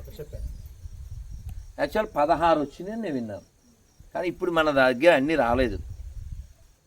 కామధేనువు, కల్పవృక్షం చాలా 10 దాకా వచ్చి ఉంటాయి ఇప్పటిదాకా మనం చెప్పినవి. అయితే మీకు ఒక విషయం నేను చెప్పదలిచింది, అక్షయ పాత్ర. ఓకే ఓకే, నేను మీకు చెప్పదలిచింది ఏంటంటే, ఒక హిందీ లెక్చర్లో నేను విన్న మాట చెప్తాను నాన్న.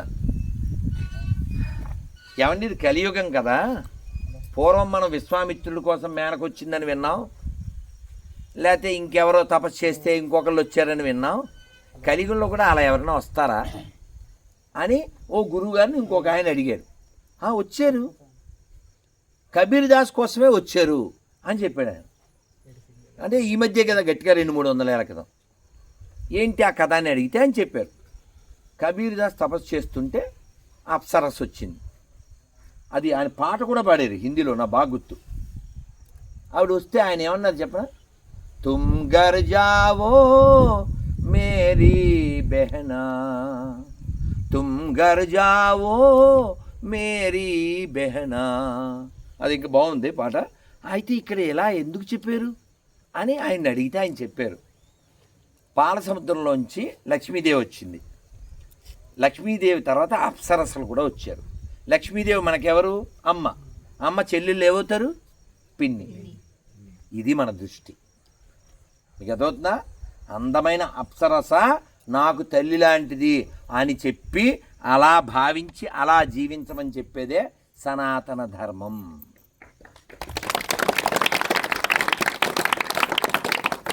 అంతేగాని 6 ఏళ్ళ దాన్ని మింగేమని చెప్పేటట్టు కాదు,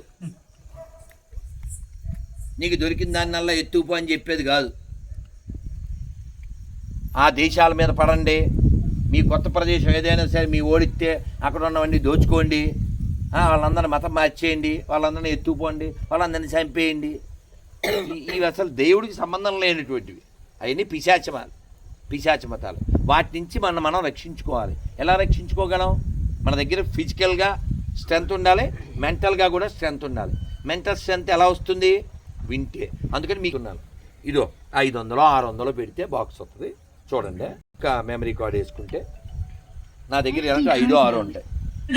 సామర్థ్యం కలిగినటువంటి వాడు కనుక మంచి మాట చెప్పావయ్యా. నువ్వు మీ వంశంలో ఎవడు సత్తువ లేని వాడు పుట్టలేదు. మీ వంశంలో అందరూ గొప్పవాళ్లే. మీ తాత ప్రహ్లాదుడు చాలా గొప్ప హరిభక్తుడు, ఆయన తండ్రి హిరణ్యకశ్యపుడు అని వాళ్ళ చరిత్రను ఒకసారి చెప్పాడు ఈయన. చెప్పి నువ్వు మంచి మాట చెప్పావు నాయన, నిజమే. మహీం ఈషద్వరుణే వరాత్ వరదర్షభాత్. నీ దగ్గర నీకు కొంచెం నేల అడుగుదామని అనుకుంటున్నానయ్యా నేను. ఈయన పేరు సాతులూరి గోపాలకృష్ణమాచార్యులు వారు. చాలా గొప్ప స్కాలరు, సింహాచలం స్థానాచారులు, చాలా గొప్పవారు. వారి పేరు ముందే మధుర వచ్చేసి అలా తీయగా ఉంటుంది. దాదాపు 20-25 ఏళ్ళ నుంచి అది వింటూనే ఉన్నాను. అదే భాగవతం, అంత తీయగా ఉంటుంది. మనం వినడానికి ఎలా వినగలం? మనకు టైం లేదు, పరిగెత్తేస్తాం కదా. అందుకని ఈజియెస్ట్ మార్గం ఏంటంటే సెల్ ఫోన్లో రాత్రే మీరు గజేంద్ర మోక్షం అని కొట్టి యూట్యూబ్లో రెడీగా పెట్టుకోండి. పొద్దున్న లేవడమే దాని మీద నొక్కండి, చక్కగా స్నానానికి వెళ్ళిపోండి.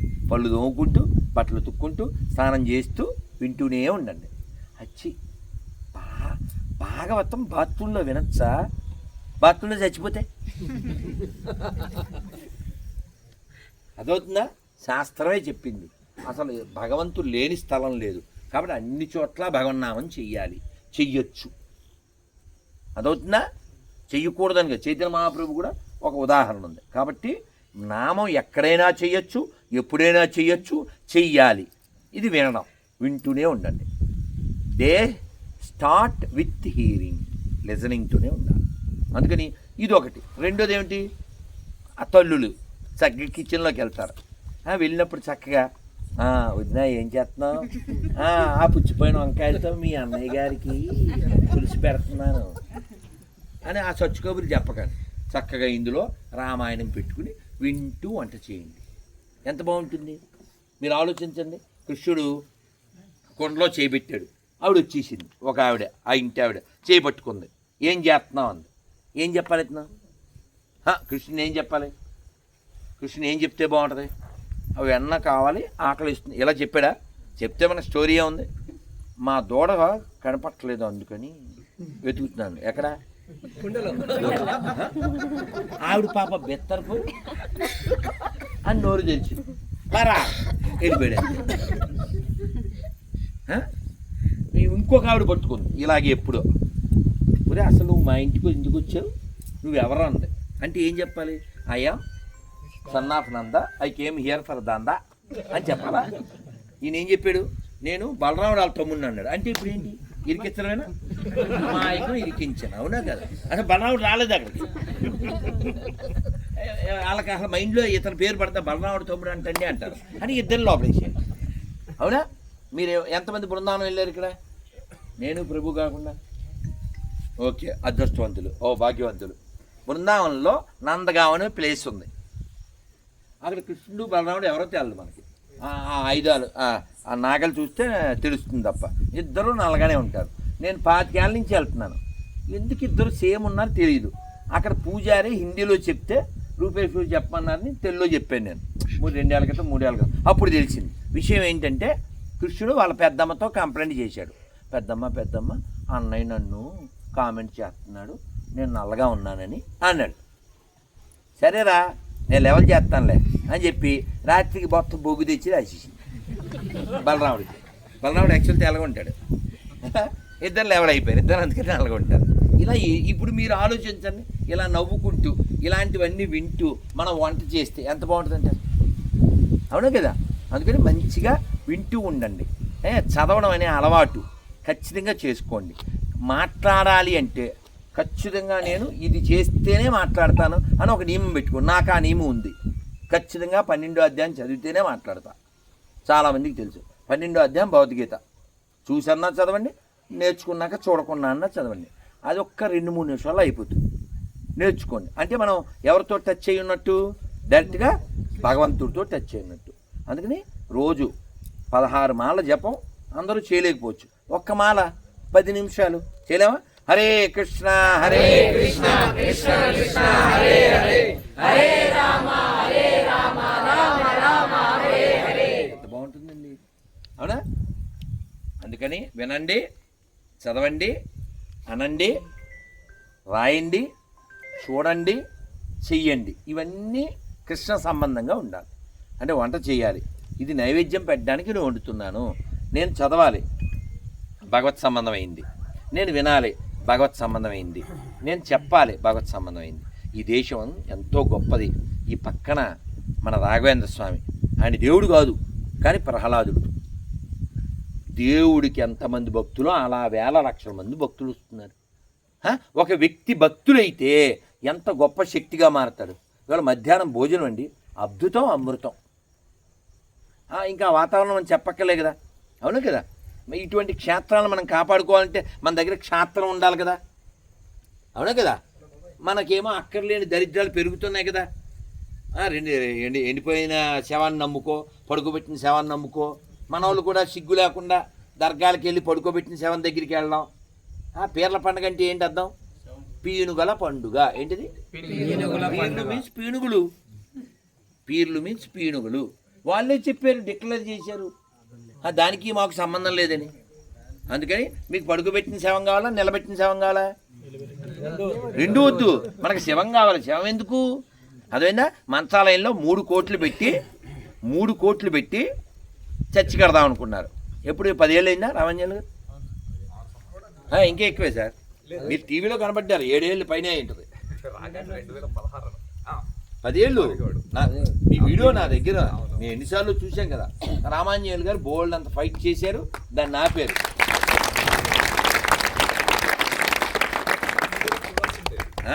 దాన్ని కూడా చూడాల్సిండేది. ఇప్పటికి ఆగింది. పిల్లర్లు 10 అడుగులు పిల్లర్లు వేసాడు, 25 సెంట్లు ఎకరం. అసలు ఆయన వెళ్ళి దాన్ని తెలుసుకుని దాని మీద ఫైట్ చేసి దాన్ని ఆపేశారు. ఈ ఊళ్ళో ఒక్కడు లేడు, నువ్వు ఎలా కడతావు? వాళ్ళకి నీతి ఉండదు కదా. ఓ 20 ఏళ్ల క్రితం ఒక దరిద్రుడి వల్ల చాలా ఊళ్ళల్లో అలా వచ్చేసినాయి. నాకు చాలా ఫోన్లు వచ్చినాయి అనంతపురం జిల్లా నుంచి, కడప జిల్లా నుంచి. గురుగారు మా ఊళ్ళో ఒక్క గురు కూడా లేదు, కానీ 2 చర్చిలు ఉన్నాయని. అన్ని చోట్ల రామాంజనేయులు గారు ఉంటారా? అన్ని చోట్ల రాధామోహనదాసే ఉంటాడా? కుదరదు. అందుకని మీరు మీ స్థానాల్లో ఎంత ప్రయత్నం చేయాలో ప్రయత్నం చేయండి. రియాక్ట్ అవ్వండి, రెస్పాండ్ అవ్వండి. గొడవ పెట్టుకోవద్దు, ఆ వచ్చిన వాళ్ళతో గొడవ పెట్టుకోవద్దు. ఫర్ ఎగ్జాంపుల్, చాలా ఈజియెస్ట్ ఈ మొత్తం దేశాన్ని సెట్ చేయడానికి జస్ట్ ఈ దేశాన్ని సూపర్ హిట్గా మన ధర్మాన్ని మనం కాపాడుకోవడానికి ఎంత డబ్బా చాలు. ఏంటిది? కుంకుమ డబ్బా. జస్ట్ ఇది పట్టుకెళ్తే చాలు. ఎవడొచ్చినా సరే ఈజీ. ఈ ఎవడ జేబులో పెట్టుకోవచ్చుగా. అదేనా? మన ఇంటికి వచ్చారు, మీరు కోపం తెచ్చుకోకూడదు. ఎవరన్నా వస్తే గొర్రె రాగానే ఎందుకు వచ్చావు, ఎవరమ్మన్నుడు అలా మీదకి ఎగరకండి. అర్థమైందా?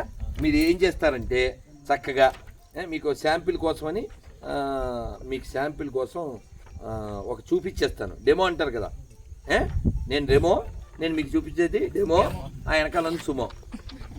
ఇదిగో నన్ను ఎవరన్నా వచ్చారు ఇంకో మన ఇంటికి, గొర్రెలు వచ్చి పేపర్ ఇచ్చారు. ఎవడరా నువ్వు, ఎవరమ్మా అనకండి. తీసుకోండి, తీసి ఇక్కడ పెట్టండి. పెట్టి ఎక్కడి నుంచి అండి? ఎమ్మిగండూరా? Okay sir. ఏం పేరు? పాస్టర్ ఏసు పాదం. ఓకే ఆ పాదం. Okay right. మీకు కొన్ని చెప్పకూడదు కానీ ఇక్కడ అసలు బేభత్సం, కొన్ని బేభత్సం అంటే చచ్చిపోతారు. అది మళ్ళీ ఎప్పుడు చెప్పుకుందాం. ఓకే, ఆ పేపర్ తీసుకోండి. వాళ్ళ మంచిని చదువుతారా అని అడగండి. ఏం వద్దండి. అదే సార్ మీరు రక్తం ఇవ్వడానికి వచ్చారు, మీరు నీళ్ళు కూడా అని చెప్పండి. అంటే మనకు తెలుసుగా వాళ్ళు రక్తం ఇవ్వడానికే వచ్చారు కదా. మేము ఇవాళ మొత్తం స్టేట్ అంతా రక్తదానం చేద్దాం అనుకుంటున్నాం అన్నాడు. అనగానే బ్రహ్మానందం ఎవరిదన్నాడు. ఎవరిదేంటి? నీదే.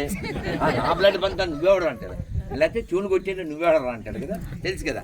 అలాగా ఆ విధంగా మనం వాళ్ళని, సార్ మీరు బ్లడ్ డొనేషన్ ఇవ్వడానికి వచ్చారు కదా, ఇచ్చేయండి సార్ అని అడగాలి. ఏం బ్లడ్? అది వాడిదే, ఒక 5 లీటర్లు కావాలని అడగాలి. ఏం మాట్లాడుతావు నువ్వు అంటాడు. సార్ మీరు బ్లడ్ ఇవ్వడానికి వచ్చారు, వాడు మన కొరకాయ రక్తము కాచును అన్నాడా లేదా? ఇచ్చేయండి. మా ఇంట్లో 6 లీటర్లు. అర్థమైందా? వాడికి ఇవ్వాల్సింది వాటరు, వాడి దగ్గర తీసుకోవాల్సింది లీటరు. అది మ్యాటరు. వాడికి అర్థమవుతుంది లీటరు. మీకు అర్థమైందా? నేను గొర్రెలకి ప్రశ్నావళి అని పేపర్ రాసి, తెలుసా? మీరు నా వీడియోలో చూసారు, ఎంతమంది చూశారు నా వీడియోలో? ఇక్కడ చెప్పాలి ఇలాంటప్పుడే కూర్చొని. అది రైట్, కూర్చో. సో ఇప్పుడు ఆ క్వశ్చన్లు మనం అడిగి 4-5 ఏళ్ళు అయిపోయింది. మనం 90 లక్షలు దానికి బహుమానం కూడా ప్రకటించాం. 90 lakhs అంటే 90 MLAs పడుకుంటున్నాడు కానీ ఎవడు రావట్లే. నన్ను తిట్టడానికి వాడు కిటికీ దగ్గరికి వస్తాడు, డోర్ దగ్గరికి వాడు. కిటికీ అంటే తెలుసా? వాట్సాప్లోకే వస్తాడు. రారా దమ్ముంటే అంటాడు. రే నాకు దమ్మే కాదరా, సిమ్ కూడా ఉందరా. దమ్మేగా సిమ్ కూడా ఉంది.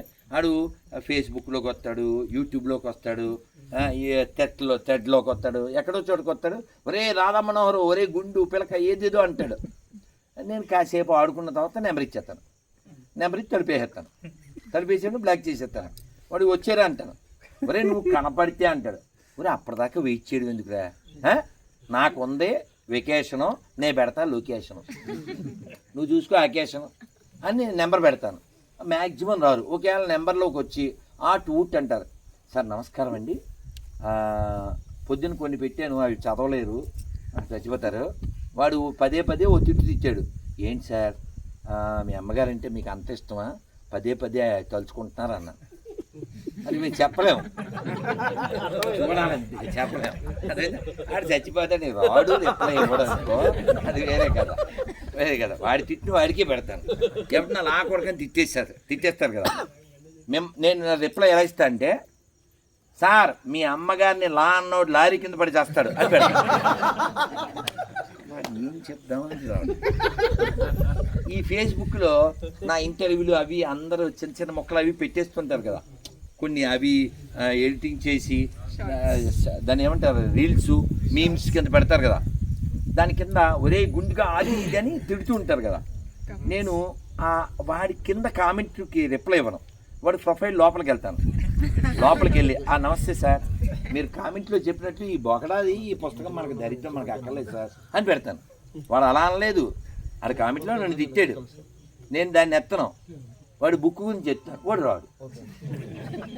ఏంటి మీరు నమ్మండి, 2021 ఇంకా రిప్లై లేదు. నేను అత్యధికంగా ఫెయిల్ అయిపోయింది ఎక్కడంటే, సార్ మీ నాన్నగారి పేరు ఒక్కడు చెప్పడు. ఒక్కడు 2021 అడిగాను, 5 ఏళ్ళు అయింది. ఏంటి నేను డబ్బు అడిగానా, పొలం అడిగానా, నేను బంగారం అడిగానా, స్థలం అడిగానా, ఫ్లాట్ అడిగానా? నేను అడిగింది ఏంటి? నో, ఆ సారు పేరు చెప్పా.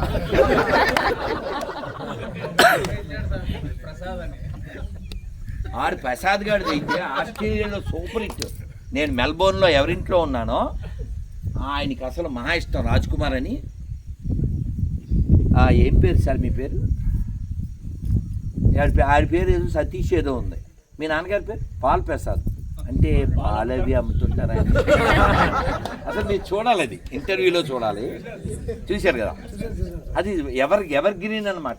మా రాజ్ కుమార్ అయితే పడి దొల్లేస్తాడు అంతా.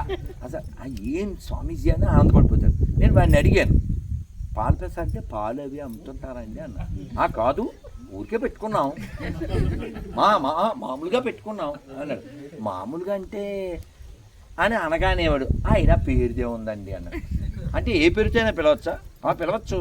అంటే నా పక్కన ఆకులు ఉన్నాయి, మిమ్మల్ని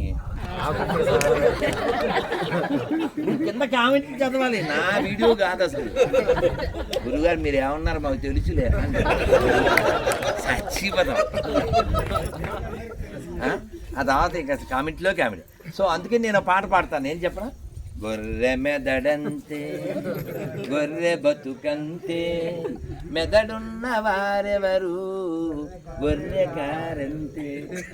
ఇప్పుడు ఫైనల్ మీరు ఏం చేయబోతారో నేను చెప్పేస్తాను. ఇదిగో వాడు పేపర్ ఇచ్చాడు, లేకపోతే ఆడవాళ్ళు వచ్చారు.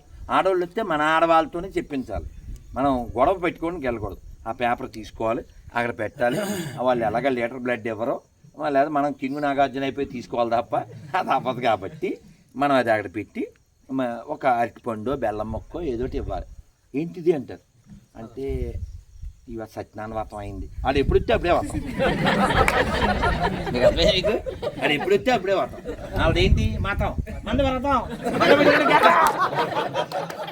మీకు అర్థమైందా? మీకు అదేనా? మీరు బాగా వినాలి. ఇక్కడ గిరగిరా తిప్పేయకూడదు, అదేదో డీజే టిల్లుగా ఇట్లా తిప్పుతూనే ఉన్నాడు. 140లో ఏంటి అలా తిప్పుతున్నారు? అందులోనే ఉంది సార్. ఏముంది? మీదైతే మీది, మాదైతే మాది అంటే అలాగ ఉంటుంది. సో ఈ పేపరు తీసుకుని ఆడ పెట్టి వాళ్ళ అరటిపండు ఇస్తే ప్రసాదం అనగానే వద్దు అంటారు కదా, వద్దు అనగానే ఆ బెల్లం మొక్క ప్రసాదం నోట్లో వేసుకుని చెప్పండి మీరు ఎక్కడి నుంచో వచ్చారు, మేము మా ఇంట్లోకి రానిచ్చాం, మీరు పేపర్ ఇస్తే తీసుకున్నాం, అంటే మిమ్మల్ని మేము గౌరవించాం. మీరేమో మేము నీళ్ళు ఇస్తే తీసుకోలే, పండిస్తే తీసుకోలేదు, అంటే మీకు రెస్పెక్ట్ తీసుకోవడం తప్ప ఇవ్వడం తెలీదు, అంటే మీకు పద్ధతి లేదు. మరి అలాంటప్పుడు మీ దగ్గర మేము తీసుకోవడం ఏమన్నా ఉపకారం అంటారా? కాబట్టి అదవుతుందా? ఈసారి మీకు అర్థం కాలే, ఇంక పూర్తవలే. ఈసారి పేపర్ జరిగింది, మళ్ళీ వస్తే అర్థమైందా? మళ్ళీ వస్తే వేరే చిరుగుద్దిగా వెళ్ళి అని చెప్పాలి. ఇది ఒక పద్ధతి. సార్ మా ఊళ్ళో 3 ఉన్నారు సార్ అని చెప్పండి. 3 ఉన్నారు సార్, ఈ మధ్య యేసుక్రీస్తు బోధన బాగా ఇష్టపడుతున్నారు సార్, వాళ్ళకి ఫోన్ చేస్తాను సార్ అని చెప్పండి. అని చెప్పి మీరు చక్కగా వీళ్ళకి ఆపోజిట్ పక్షం ఒకటి ఉంది, వీళ్ళని వేసేసే పక్షం, మీ ఫ్రెండ్స్లో ఎవరైనా ఉంటే అది ఫోన్ చేసేయండి. వాళ్ళు అసలు మీరు ఫోన్ చేసినప్పుడు వెళ్ళిపోతారు. మీకు అర్థం కాలేదా? ఎవరికైనా ఎదిగిందా? చాలా ఈజియెస్ట్ మార్గం. మీరు ఫోన్లో సార్ వాళ్ళు 3 ఈ మధ్య మారదాం అనుకుంటున్నారు, హలో భాష వాళ్ళు వచ్చారు మా ఇంటికాడ ఉన్నారు, సయ్యద్దు ఓకేనా? హద్దు లేకుండా వచ్చేసే వెంటనే వీళ్ళు రెడీగా ఉన్నారు అని చెప్పు. ఆ తర్వాత అంటే అసలు ఫోన్లో ఎవడో ఉండడు, అసలు సిమ్మే ఉండదు, అయినా ఏం పర్లేదు. ఆ తర్వాత ఆ సలావుద్దీన్ వచ్చేసాయి, ఇక్కడ రేవంత్ వచ్చేసాయి. అలా ఎవరుంటే వాళ్ళందరికీ పేర్లు మన నోటికి ఎన్ని వచ్చాయని వాళ్ళ పేర్లు చెప్పేయండి. వాళ్ళందరూ మతం మారదాం అనుకుంటున్నారు అని చెప్పండి. ఎందుకంటే భూమి మీద ఈ ఖురాన్లో బైబిల్ గురించి రాసి ఉంది, తెలుసా మీకు తెలుసా?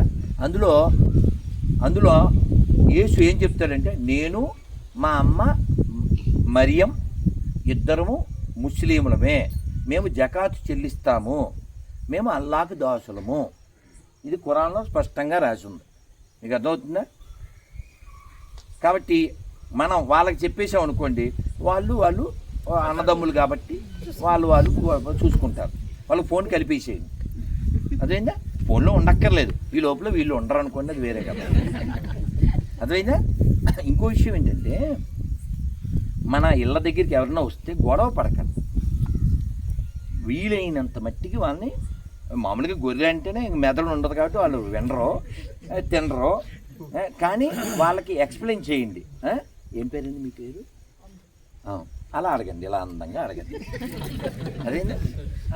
మీ అమ్మ పేరు ఏంటి అని అంటే మేరీ గ్రేస్, అది కాదు అసలు పేరు అని అడగండి. లక్ష్మీదేవి చెప్తాడు. మీ నాన్న పేరు అంటాడు, అంటుంటాడు. వాళ్ళ నాన్న పేరు ఎందుకు చెప్పడు అంటే, వాళ్ళ నాన్న పేరు వీర వెంకట సుబ్బారావు, వీరేమో డబ్బారావు. అదేందా? సో ఏ ఊరండి అని అడిగాను. మీరు అక్కడి నుంచి వచ్చారా? ఆ ఊళ్ళో పెద్ద నరసింహ గుడి ఉండాలి, మీరు వెళ్ళారా అని అలా మొదలు పెట్టండి. మీకు అర్థమైందా? ఆడు ఏదో చెప్దాం అనుకుంటాడు. ఆ ఊళ్ళో చాలా అసలు నరసింహ గుడికి వెళ్తే చాలామందికి చాలా జరిగినాయండి, మీరు ఎప్పుడైనా వెళ్ళారా అనాలి.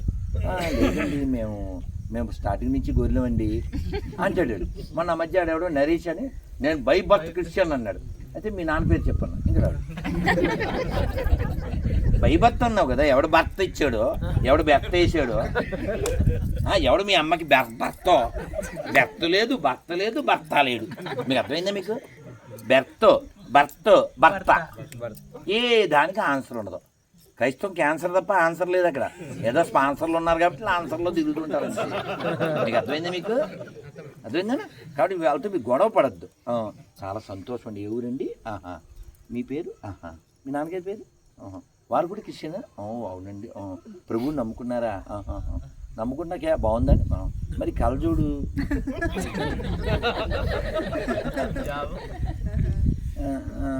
అంటాడు.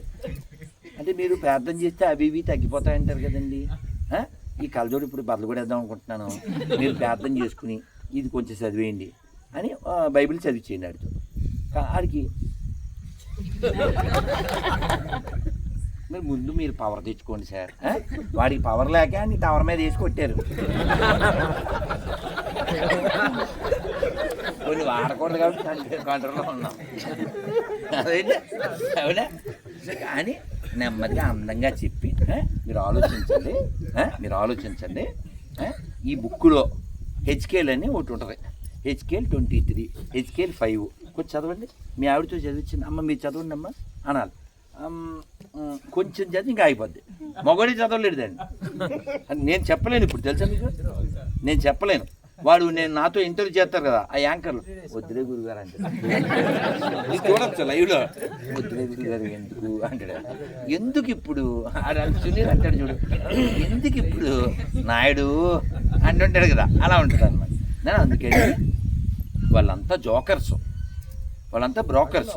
క్రైస్తవం తరపున ఎవడొచ్చినా ఈ ప్రపంచాన్ని వినాశనం తప్ప వాళ్ళ వలన ఏమి ఉపకారం ఏం లేదు.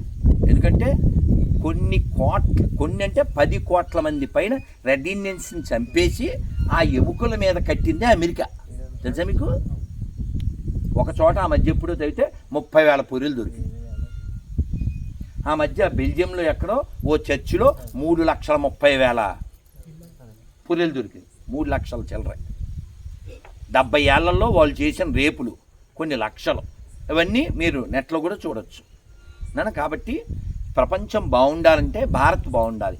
భారత్ బాగుండాలంటే హిందువులు బాగుండాలి, హిందువులు బాగుండాలంటే దేవాలయాలు బాగుండాలి, దేవాలయాలు బాగుండాలంటే మనం వాటికి వెళ్ళాలి, అక్కడ మనం ఉపన్యాసాలు చెప్పాలి, అక్కడ ధర్మాన్ని ప్రచారం చేయాలంటే మనకు రామాయణం తెలియాలి, భగవద్గీత తెలియాలి, భాగవతం తెలియాలి. అందుకోసం మనం వినాలి, మనం చదవాలి. రామాయణంలో 20 పేర్లు నేను చెప్పగలను. చేతండి ఎవరన్నా చూద్దాం. రామాంజనేయులు గారు అబ్బాయి. సార్ రామాంజనేయులు గారు, నేను ఆయన ఆల్రెడీ ఓకే, మనంతా సీనియర్స్ కాబట్టి ఆయనకి ఛాన్స్ ఇచ్చేద్దాం. సార్ లాస్ట్ అండ్ ఫైనల్ మీరు 20 పేర్లు చెప్పితే మేము 60 స్పీడ్లో వెళ్ళిపోతాం. రామ లక్ష్మణ భరత అవి లెక్క పెట్టద్దేంటి. రామ లక్ష్మణ భరత సుగ్రీవ హనుమంత జాంబవంత సీతాదేవి కౌసల్య సుమిత్ర ప్రజా. సుప్రజ మీరు వెళ్ళి సుప్రజ లేదు, సుప్రజ నాటిన రామాయణ కైకేయి సరదాకి. ఏయ్ నువ్వు ఖాళీ మధ్య ప్లీజ్. అలా చేస్తే టీం వర్క్ కావాలి. హనుమంతుడు 11. ఏయ్ ఈ ఆత్రం మామూలు ఉండదు, హెల్ప్ చేసేద్దామని. మంచి నేను అందరికీ చెప్పినప్పుడు చెబుతురు. పోన్లే మీకోసం 2వ క్వశ్చన్ వేస్తానులే. వెళ్ళాలి అందరికి, పాపం మేము వెళ్ళాలి, మీరు వెళ్ళాలి. ఇది ఎండ్లెస్, రేపు ఈ రాత్రి దాకా మాట్లాడుతూనే ఉంటాను. జాంబవంతుడు సుగ్రీవుడు. నేను తినే ప్రోగ్రామ్ ఏముండదు, ఒక్క భోజనమే కదా. ఇగో ఈ వాటర్ బాటిల్ ఖాళీ అయ్యేది, నీళ్ళతో పోస్తూనే ఉంటాను. జాంబవంతుడు సుగ్రీవుడు వాలి. కులేవనా పడవ దాటిచ్చాడే పేరు చెప్పండి. గుహుడు. ఇంకా జటావయు. పర్లేదు 15+ కదా. Give the big hand. ఏం లేదు సార్, దుర్గాప్రసాద్. అయితే ఇప్పుడు టీం వర్క్, మీరు అందరూ హెల్ప్ చేసేద్దరు. అందరు చెప్పేది నాకే అభ్యంతరం లేదు. మహాభారతంలో 25 పేర్లు ఎవడు ట్రై చేశాను. ఏందిరా సౌండ్ లేదు, అంత ఉత్సాహంగా చెప్పారు అంటే ఎక్కడ నేను మొదలు పెట్టలేను. ఏది మొదలు పెట్టేది? ధర్మరాజు ఒకళ్ళు చెప్పారు. ఇప్పుడు నాన్న అలా చెప్పేసేలా 1 by 1. శంతన్ అబ్బా లవ్ యూరా. స్టార్టింగ్ పాయింట్ ఎక్కడ కొట్టావు? ఏం పేరు నీ పేరు? ఉపేంద్ర కొట్టండి. గంగాదేవి నెక్స్ట్ బలి చెప్పారు. బలి బలి విదురుడు. దృష్టోద్యమునుడు. వావ్ అభిమన్యుడు. వావ్ అర్జునుడు. ఎవరు? సాత్విక. అబ్బో భలే భలే. మహాభారతం. జరాసంధుడు. వాళ్ళని తీరా అటు తిప్పు. వ్యాసుడు వారు. కృష్ణుడు. ఎవరు? అర్జునుడు. వాడు చెప్పాడు బిగా అంటే పెట్టాడు. సార్ దేవకి వస్తే బాబా కృష్ణం వందే జగద్గురు. నంద యశోద. కానీ యాక్చువల్గా అయితే మహాభారతంలో భాగవతంలోనే వీళ్ళు వస్తారు యాక్చువల్గా. No problem, both very related కదా. Very related. ధర్మరాజు. అభిమన్యుడు చెప్పారు ఎవరు? యక్షుడు. అంటే యక్షుడు ఎవరో తెలుసా మీకు? యమధర్మరాజు. మీ అందరికీ పోయిన సందర్భం వచ్చింది. ఈ మహాప్రస్థానంలో నేను ఇంగ్లీష్లో చదివాను లాంగ్ ఎగో, చెన్నైలో. ఈ మహాప్రస్థానం ఆ పైకి వెళ్ళిపోతాడు కదా స్వర్గం దగ్గరికి, కుక్కతో పాటు. అంటే వీళ్ళందరూ పడిపోతారు కదా. ఈ ఏమంటారు రథం, ఈ రథం ఎక్కడానికి వెల్కమ్ చెప్తాడు ఇంద్రుడు. చెప్తే ధర్మరాజు ఈ కుక్క కూడా ఎక్కాలంటాడు. ఏమయ్యా అప్పుడు వినాలి. అప్పుడు ఇంద్రుడు అంటాడు, అసలు కుక్కని ఇంట్లోకే మేము రాము, నువ్వు కుక్కని తీసి మా ఇంట్లోకి వస్తా అంటున్నావు అంటాడు. వాళ్ళ ఇల్లు అంటే ఏంటి? స్వర్గం కదా. కుక్క ఉన్న ఇంట్లోకి దేవతలు హవిస్సులు తీసుకోవడానికి రారు. ఇది మహాభారతం చెప్పింది. ఎందుకంటే కుక్కకి ఎక్కడ కూర్చుని లేచినా వెంట్రుకలు రాల్చే అలవాటు ఉంది. ఆ వెంట్రుకలకు ఆహారంలో పడితే విష్ణు పురాణం చెప్పింది direct you go to hell అని నైవేద్యం పెడతాం. కాబట్టి కుక్క బయట ఉంటే అది వేరే కథ. నువ్వు దానికి ముద్దలు పెట్టచ్చు, ముద్దులు పెట్టకూడదు. ముద్దులు రద్దులు. ఓకేనా? సో ఆయన చెప్తారు, ఏ ఇంట్లో అయితే కుక్క ఉంటుందో, ఎక్కడైతే కోడి ఉంటుందో, ఎక్కడైతే పగిలిన కొండలు విరిగిన మంచాలు ఉంటాయో, ఆ రావి చెట్టు ఉంటుందో ఆ ఇంట్లో దేవతలు హవిస్సులు తీసుకోరు. అదే రావి చెట్టు తప్పేంటి అంటారేమో. రావి చెట్టు లాంటివి ఇళ్లలో ఉండకూడదు. అది పెద్ద మొదలు ఉంటుంది, బోల్డ్ అని రకరకాల కాదు, ఇంటికి ప్రమాదం అనేది తర్వాత రకరకాల క్రిములు, కీటకాలు, పాములు లాంటివన్నీ చేరుతూ ఉంటాయి. కాబట్టి మహాభారతం లాంటిది మనం చదవాలి, వినాలి. మీ అందరికీ టోటల్ కంక్లూషన్ ఏంటంటే బాగా వినండి, బాగా చదవండి, సమయం వచ్చినప్పుడు స్పందించండి, జ్ఞానాన్ని ఇవ్వండి. అందరూ బాగుండాలని కోరుకునేది మనం బాగుండాలి. 6 రకాలుగా బాగుండాలి. పిడికిలు బిగించండి, చెప్పండి. శారీరక, మానసిక, ఆర్థిక, ఆధ్యాత్మిక, సామాజిక, రాజకీయ, ఈ 6 బలములు సదా, సర్వదా, శతదా, సహస్రదా పొందుటకై ఒక హిందువుగా ఎల్లవేళలా ప్రయత్నించండి. ఎర్నింగ్ ఎప్పుడు మానకండి. డబ్బులు సంపాదించండి. డబ్బులు సంపాదించే ఆ డబ్బులతో మీరు భగవద్గీతలో కొనండి, చదవండి, పంచండి, చదివేలా చేయండి. మీ ఒక 200 ఎంతో పెడితే ఓ ఫ్లెక్సీ వస్తుంది, ఒక్క శ్లోకం భగవద్గీత. నేను ఒక్క శ్లోకం భగవద్గీత చెప్పగలను అన్నోళ్ళు చేయొద్దండి. 700 చెప్పగలను sir. Give the big hand. 700 చెప్తాడు. ఎప్పుడు నేర్చుకున్నాను నేను? మీతో నేను పీజీ చదివేటప్పుడు మీరు నాకు చెప్పింది నిత్య భగవద్గీత అదొక్కటి చేయి, నీకు జీవితం బాగుంటుందని చెప్పారు. అది నేను 41 డేస్లో నేర్చుకున్నాను. ఓ 10 ఏళ్ళు పైన కదా, 15 15 years వాడికి చెప్పినట్టు. నేను ఎన్ని వేల లక్షల మందికి చెప్పుంటాను, ప్రత్యక్షంగాను పరోక్షంగా కూడా. రోజు యూట్యూబ్లో లక్షల మంది చూస్తారు, అది వేరు. ఇన్స్టాలో లక్షల మంది చూస్తారు. కానీ వాడికి ఎప్పుడో చెప్పాను, అది గుర్తుపెట్టుకున్నాడు, నేర్చుకున్నాడు. ఇది కదా నా ప్రయాణాలకి, నా యొక్క ప్రసంగాలకి వచ్చిన ఫలం, నాకు బలం. వన్స్ మోర్ అందుకే మీరందరూ వినండి. ఒక్క శ్లోకం భగవద్గీతలో నేను ఫస్ట్ తిరుపతి ఇస్కాన్లో ఉన్నప్పుడు నా ఫస్ట్ లెక్చర్కి నేను చెప్పిన శ్లోకం చెప్పేసి నేను మంత్రం చెప్పి వెళ్ళిపోతాను. ఆ శ్లోకం మీరందరూ నేర్చేసుకోండి. ఆ శ్లోకం అర్థంతో సహా ఒక 200 ఎంతో పెట్టి ఫ్లెక్సీ పెట్టి మీ దగ్గరలో ఉన్న గుళ్ళో హ్యాంగ్ చేయండి. అందరూ చదువుకుంటారు. చెప్పండి. దేహినోస్మిన్ యథా దేహే కౌమారం యవ్వనం జరా తథా దేహాంతర ప్రాప్తి ధీర తత్ర నముహ్యతి. భగవద్గీతలో 2:13 చాలా ఇంపార్టెంట్ శ్లోకం. దీని అర్థం ఏంటంటే ఈ దేహానికి బాల్యం ఉంది, తర్వాత యవ్వనం, తర్వాత వృద్ధాప్యం. ఇవన్నీ మనం యాక్సెప్ట్ చేస్తున్నాం. ఆఖరిదే చావు, అది యాక్సెప్ట్ చెయ్యం, మనకు భయం. కృష్ణుడు ఏమంటున్నాడంటే దాన్ని కూడా ఎవడైతే who is not bewildered by such a change, భయం లేకుండా దాన్ని యాక్సెప్ట్ చేస్తాడో వాడిని ధీర అని పిలుస్తారు అన్నాడు. మనం అంతా ధీరం అవ్వాలి. అందుకే ప్లీజ్ రీడ్ గీత బిఫోర్ బెకెమె తాత. గీత ఓన్లీ కెన్ చేంజ్ యువర్ రాత, అదర్వైజ్ లైఫ్ బెకెమె రాత. అందుకని గీత చదువుదాం. జై జై గీత, జై జై గీత. మరి మీ అందరూ సార్ మీరేమో మాట్లాడతారా? రామంజలి గారు చాలా మాట్లాడుతూనే ఉంటాను నేను. నాది మీరు 2 నిమిషాలు మాట్లాడిస్తే ఒక మంత్రం చెప్పేసి ఈ ప్రసాదాలు పనిచేసి నేను వెళ్ళిపోతాను. ఎందుకంటే ఇక్కడ మన ఆదోని ఒక్కటే కాకుండా ఈ చుట్టుపక్కల కూడా వారు నా చేరిల్లదా వారి దగ్గర ఫైర్ ఉంది, మన దగ్గర చైర్ ఉంది. రండి సార్ పని చేసేయడం ఇంకో సరే వాళ్ళు చెప్తారు మళ్ళీను. మనం అందరం నేను మీకు ఎందుకు చెప్తున్నా అంటే స్పందించండి, అప్రాప్రియేట్ టైంలో స్పందించండి. ఈ సమాజానికి, ధర్మానికి మీ సహకారం అందించండి సార్. ప్లీజ్ చెప్పండి. అందరికీ జై శ్రీరామ్. స్వామీజీ గారితో పరిచయం నాకు సుమారుగా 15-18 సంవత్సరాల క్రితమే ఉంటుంది. నేను విజయవాడలో ఉన్నప్పుడు, అప్పటికి కేతనకొండ, విజయవాడకి అవుట్కట్స్లో నేను ఒక స్కూల్ ఇన్ఛార్జ్ చూసేవాడిని. స్కూల్ ఇన్ఛార్జ్ కేవలం చెప్పడానికే. ఇప్పుడు ఏదైతే ఇక్కడ ఉన్న వాళ్ళు చాలామందికి హిందుత్వం పని ఎలా చేస్తున్నానో ఇక్కడికంటే అక్కడ బలంగా చేసేవాడిని. అయితే ఇక్కడ ఏదైతే దేవభూమి, ఈ ప్రాంతంలో పూర్వజన్మలో స్పందించిన వాళ్ళు, మళ్ళీ పుట్టిన వాళ్ళు ఎక్కువ ఉన్నారు, అక్కడ తక్కువ ఉన్నారు.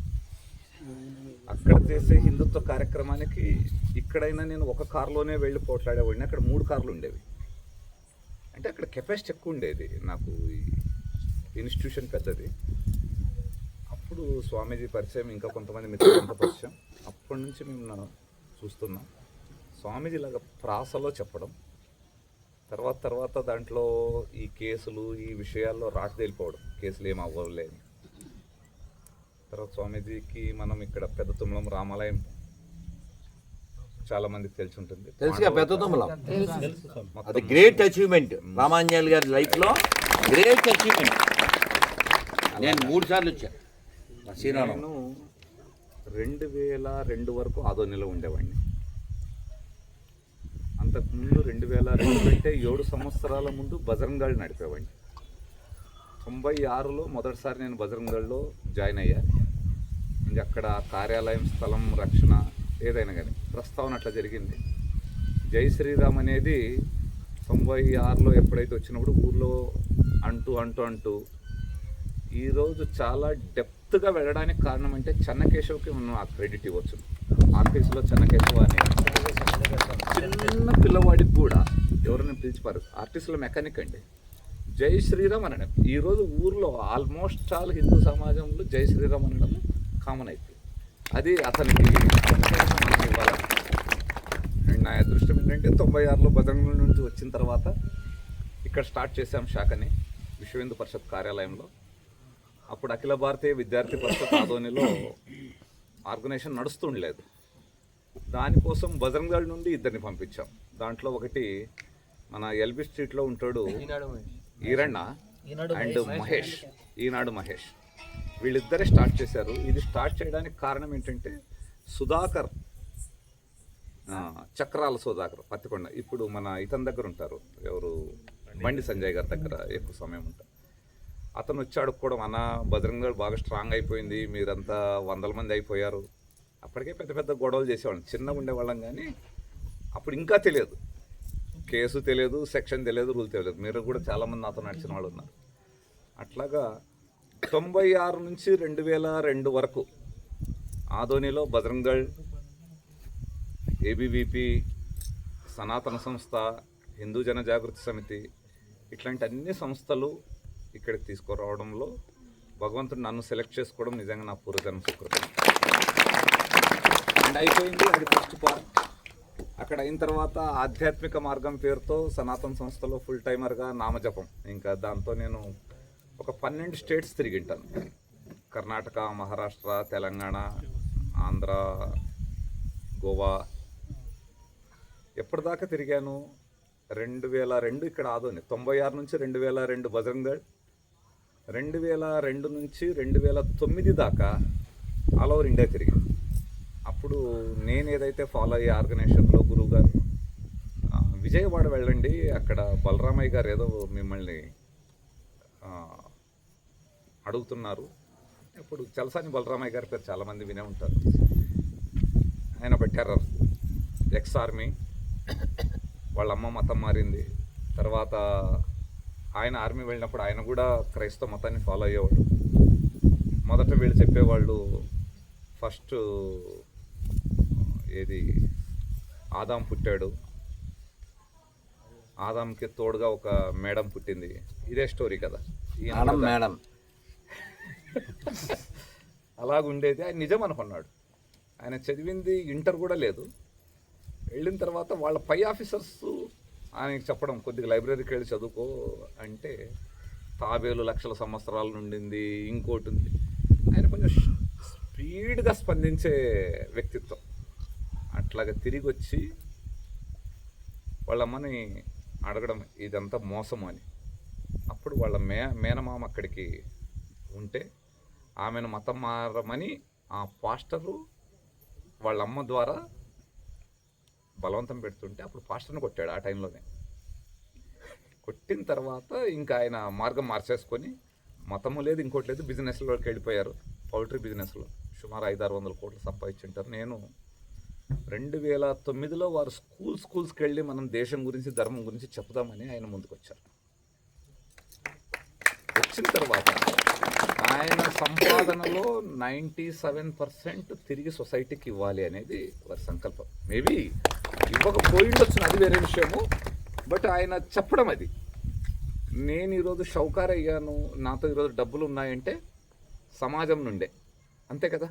ఇప్పుడు మనం ఎంత పెద్ద బిజినెస్ చేస్తే కూడా ఎవడో నాతో వ్యాపారం చేస్తేనే వాడు డబ్బు మన దగ్గరకు వస్తుంది, నేను తిరిగి ఇచ్చేయాలా. ఈ మతం అనేది ఈ దేశాన్ని ముంచడానికి ప్రపంచంలో 200 దేశాలు ఉన్నాయి.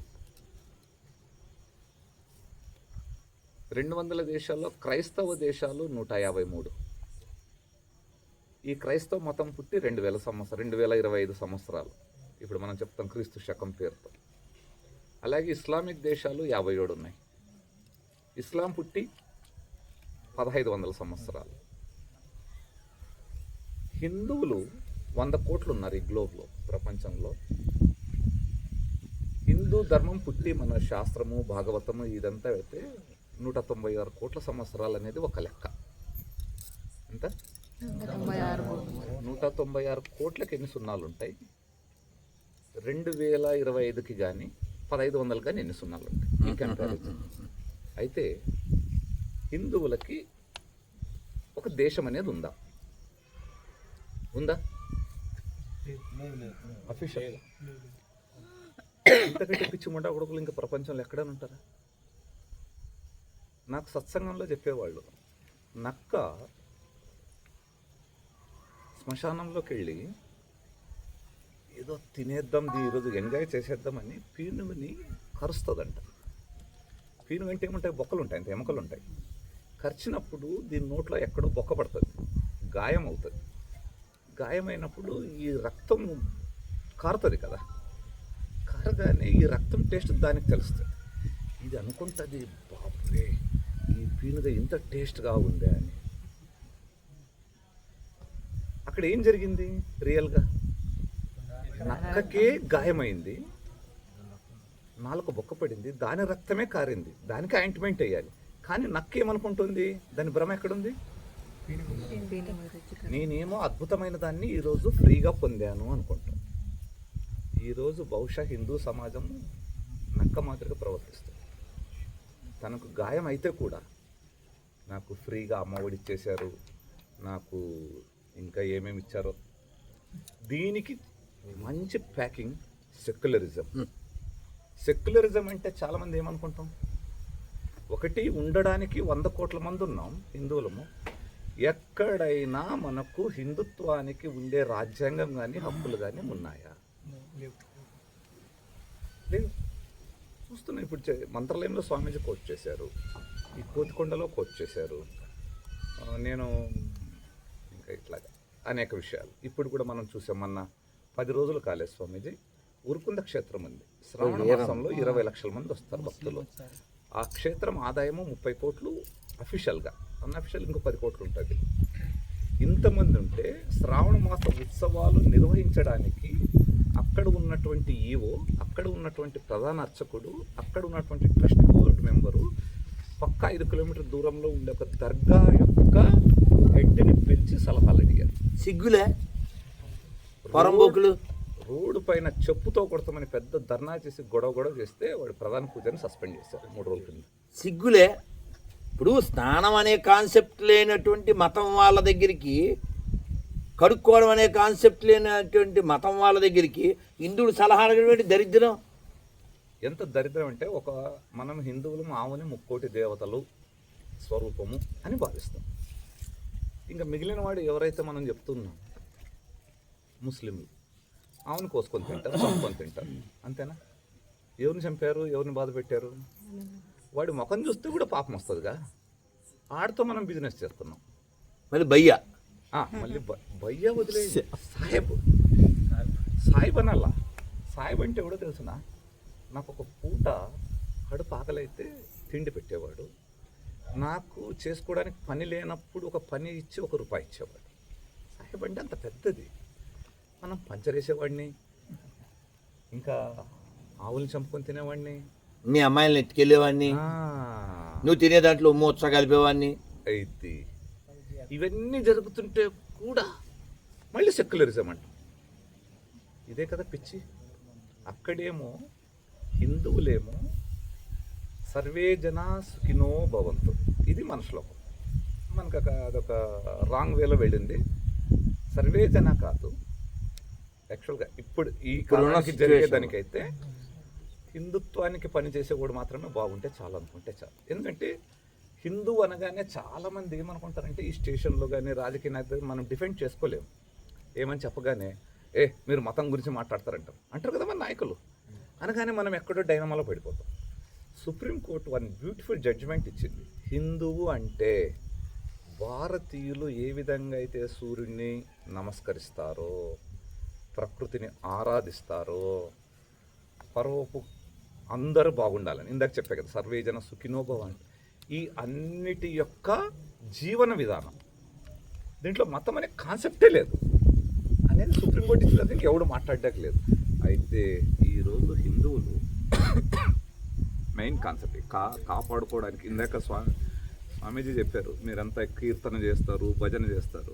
నేనైతే ఏం చేస్తా తెలిసిన, ఈ అన్నీ చెయ్యాలనుకునే వాళ్ళకి ఎవరికైనా ఏ సమస్య వచ్చి మా ఆఫీస్కి వస్తే వాడితో పాటు నేను వెళ్తాను.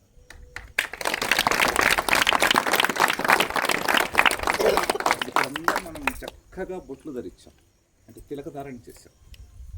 హిందుత్వంలో ఒక భాగం, అంతేనా? చరిత్ర ఏమైనా జరిగానే మనం తిలకం ధరించడము, దేవాలయం వెళ్ళడము, దేవుడికి దండం పెట్టుకోవడము, గుండు కొట్టించుకోవడము, కానుకలు వేయడము ఎందుకు? తల్లి చెప్పము, ఎందుకు? బాగుండాలా, అంతేగా, హ్యాపీగా ఉండాలా. మేము పాటిస్తే మా పిల్లలు కూడా పాటిస్తారని దాంట్లో కూడా మీరు తృప్తినే చూస్తున్నారు. మీ పిల్లలు కూడా ఒక సన్మార్గంలో నడవాలి అనుకుంటున్నారు, అంతేనా? భగవంతుడు మీ పైన మంచి చూపుతో చూడాలంటే భగవంతుడికి ఇష్టమైన పని చేయాలి. మీరు మీ పాపకు ఒక చాక్లెట్ కొనిపియాలనుకుంటే మీకు నచ్చినట్టు ఆడు చేయాలి. మీకు విరుద్ధంగా చేస్తే చాక్లెట్ ఇవ్వరు కదా, చంపదబ్బిస్తారు.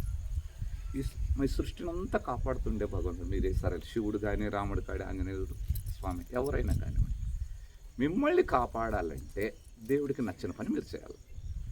నేను ఒక చిన్న ప్రశ్న, దేవుడికి అన్నిటికంటే నచ్చిన పని ఏంటి? ఎవరైనా కానీ, ఏ భగవంతుడైనా కానీ,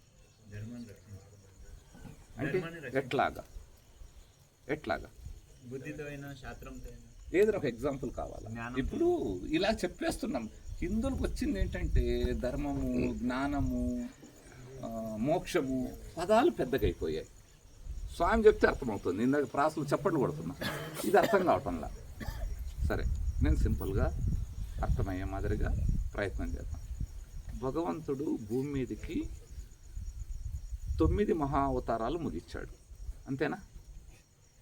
మత్స్య అవతారం, కూర్మ అవతారం, నారసింహ, వామన, అంతేనా? 9వది చివరి అవతారం కృష్ణుడు, జగద్గురువు అని కూడా అంటారు. కృష్ణుడు భగవద్గీతలో చెప్తాడు, నేను భూమిపైకి ఎప్పుడెప్పుడు మళ్ళీ వస్తానని. శ్లోకం చెప్పాడు కదా, యదా యదా హి ధర్మస్య గ్లానిర్భవతి భారత అభ్యుత్థానమధర్మస్య తదాత్మానం సృజామ్యహం పరిత్రాణాయ సాధూనాం వినాశాయ చ దుష్కృతాం ధర్మ సంస్థాపనార్థాయ సంభవామి యుగే యుగే. ఎవరయ్యా మనకు మాట ఇచ్చింది? ఏమని? వస్తాను. ఎప్పుడైతే జై శ్రీరామ్ అనే ఓడికి ఎవడైనా పుల్లలు పెడతానంటే వాడిని ఓటర్ లిస్ట్లో లేకుండా తీసేయడానికి. ప్రహ్లాదుడి విషయం అదే జరిగింది కదా, ద్రౌపది విషయంలో అదే జరిగింది కదా, సీతమ్మ విషయంలో అట్లా జరిగింది కదా. ఇంకోటి కూడా చెప్పు, పరిత్రాణాయ సాధున, ఎవరైతే హిందువుల కోసము, దేవాలయాల కోసము పని చేస్తారో, వారికి ఎవరైతే ఇబ్బందులు పెడతారో వారి అంతు చూసి వీరిని రక్షించడానికి. ప్రహ్లాదుడు ఉన్నందుకే నరసింహస్వామి వచ్చారు, అంతేనా? సీతమ్మ వారు ఉన్నందుకే రాముడు వచ్చారు. ఇట్లాగా ప్రతి అవతారంలో 9 అవతారాల్లో కృష్ణుడు చెప్పింది ఏంటంటే, అభిషేకం కోసం వస్తాను, దేవాలయం నిర్మించడం కోసం వస్తాను, హోమం చేయడానికి వస్తాను, వ్రతం చేయడానికి వస్తాను. సరే, అవన్నీ తప్పు పట్టడంలా, కానీ ఆయన చెప్పినదైతే ఒకటే కారణం. ఏంటది? ఎవరైతే హిందువులకి వ్యతిరేకంగా పనిచేసే ఎవడైనా ఉంది, హిందూ అంటే ఏమి? దేవుడు చెప్పిన మార్గం, దానికి వ్యతిరేకంగా పనిచేసే ఓడిని ఓటర్ లిస్టులో లేకుండా చింపేయడమే నాకు ఇష్టమైన పని అని ఆయన ఓపెన్గా చెప్పారు. ఇప్పుడు 700 శ్లోకాలు స్వామి చెప్తే కూడా నేను చెప్తున్నాను, భగవద్గీతలో 18 అధ్యాయాలు 700 శ్లోకాలు. కృష్ణుడు చెప్పాడు చివరికి అర్జునుడికి ఏసై బాణం అండి అన్నాడు. ఒకవేళ అర్జునుడు బాణం వేయకపోతే ఈరోజు మనకు అది ఆదర్శం అయ్యేదే ఆ గ్రంథము అంటే చెప్పినట్టు విన్నాడు.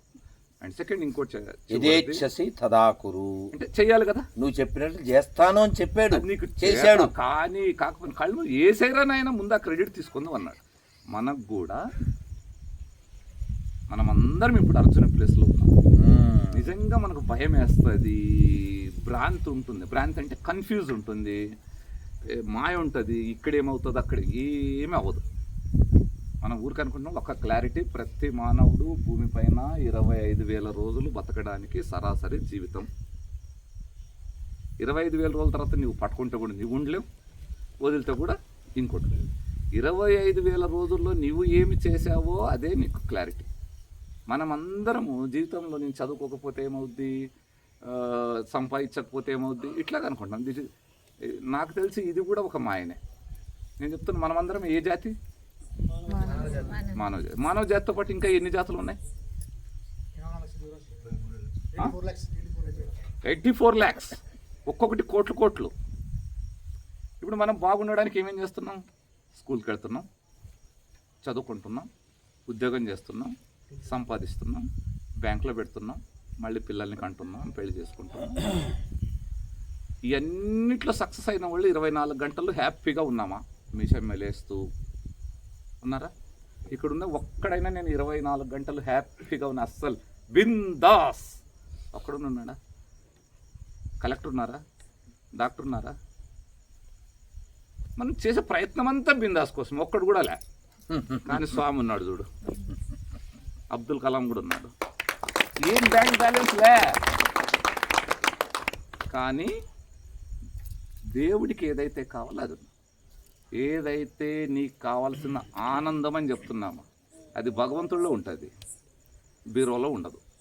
మనం రాంగ్ డైరెక్షన్లో ప్రయాణం చేస్తూ ఇది కావాలనుకుంటున్నాం. అయితే మనం చేసే పెద్ద పాపం ఏంటంటే, అంటే ఇక్కడ దాకా వచ్చారంటే నేను చెప్తున్నా, ఇప్పుడు టీచర్, ఇంజనీర్, డాక్టరు, తర్వాత కలెక్టర్ తర్వాత ఇంక పెద్ద పదవి ఏమైనా ఉంది అనుకుంటే, ఈ అన్ని పదవుల కంటే మీరు ఈరోజు స్వామి వచ్చారని ఇక్కడికి వచ్చారు కదా, అది కాక ఇట్లాంటి స్వామి వచ్చాడని, మిగిలిన స్వామి అది వేరే వచ్చారంటే 100 కలెక్టర్ల కంటే ఎక్కువ గ్రేట్నెస్ ఉండాలి. మేబీ మనకు అది తెలియదు, అంతే. తెలియనందుకు ఇట్ట. ఇప్పుడు మొన్నటిదాకా ఇక్కడ జొన్నగురిలో బంగారం ఉందని తెలియదు, ఇప్పుడు వచ్చింది కదా, ఇప్పుడు దాని వాల్యూ పెరిగిపోద్ది కదా. మనకు కూడా మనం ఎంత గ్రేటో మనకు తెలియనందుకు హిందుత్వం పని కానీ భగవంతుడి పని కానీ చేయటంలో. ఒక్క ఉదాహరణ మనం చూద్దాం. ఐఏఎస్ ఐపీఎస్ చాలా టాప్ కదా. గవర్నమెంట్ సెలెక్ట్ చేసుకుంటుంది, యూపీపీఎస్సీ అంటారు. ఎన్నో 1,00,000 మంది 10,000 మంది పోటీ పడితే ఒక్కడవుతాడు. గ్రేట్ జాబేనా? మన లెక్కలో గ్రేట్ జాబ్. కలెక్టర్ అంటే ఒక డిస్ట్రిక్ట్ హెడ్. దీన్ని ఎవరి కోసం పనిచేస్తారు? ఒక గవర్నమెంట్ పొలిటీషియన్, రాజకీయ నాయకుడి కోసము, ఈ వ్యవస్థను నడపడం కోసం వారిని కేంద్ర బిందువుగా పెట్టుకొని పనిచేస్తారు. ఒక నాయకుడు తన పరిపాలన సవ్యంగా జరిపించడం కోసం ఒక కలెక్టర్ అంటే ఇంత కెపాసిటీ, అంటే వాడి నాలెడ్జ్ ఇంకోటి అన్ని కోణాల్లో ఉంటే ఆయన్ని సెలెక్ట్ చేసుకుంటున్నారు. అయితే ఇది ఒక రకం. ఈ సృష్టినంతా నడిపే భగవంతుడు ఒకడున్నాడు. ఇక జిల్లా అంటే ఇంతే కదా, 10 లక్షల జనాభా, 12 లక్షల జనాభా. ఇదంతా అంటే భూమి, బ్రహ్మాండం. దీన్నంతా నడపడానికి, సవ్యంగా ఉండడానికి మనల్ని సెలెక్ట్ చేసుకున్నాడు. ఎవరు గ్రేట్? మనం ఫీల్ కావాలి కదా. హిందుత్వం కోసము ఇంతమంది ఎమ్మెల్యేలు, ఇన్ని బిల్డింగ్లు ఉండేవాళ్ళు, ఇన్ని కార్లు ఉండేవాళ్ళు ఎవరిని సెలెక్ట్ చేసుకోలే. ఇక్కడ ఉండే 100 మందో 120 మందో ఇంతమంది ఆదోని వరకు అయితే సెలెక్ట్ చేసుకున్నాడు. ఇంత నమ్మకంతో మనం సెలెక్ట్ చేసుకున్న తర్వాత మనం పని చేయకపోతే, అంటే టైం మనం ఇవ్వకపోతే, అంతకంటే పెద్ద పాపం లేదు. అన్నిటికంటే పెద్ద పాపం ఏంటంటే, ఇది తప్పు అని తెలిసి అంటే అధర్మం అని తెలిసి, హిందుత్వానికి అధర్మం అని తెలిసి అధర్మము ఆపగలిగే శక్తి సామర్థ్యాలు మనకు ఉండి నిష్క్రియగా ఉంటే దానికంటే పెద్ద పాపము లేదు. మనం గోహత్య, బ్రాహ్మణహత్య ఇవన్నీ సెకండరీ. దీనికి ఒకే ఒక ఉదాహరణ చివరి చెప్పి మనం ముగిచ్చేద్దాం. మహాభారతంలో కృష్ణుడు ఫస్ట్ ఎవరిపైన బాణం పారించాడు?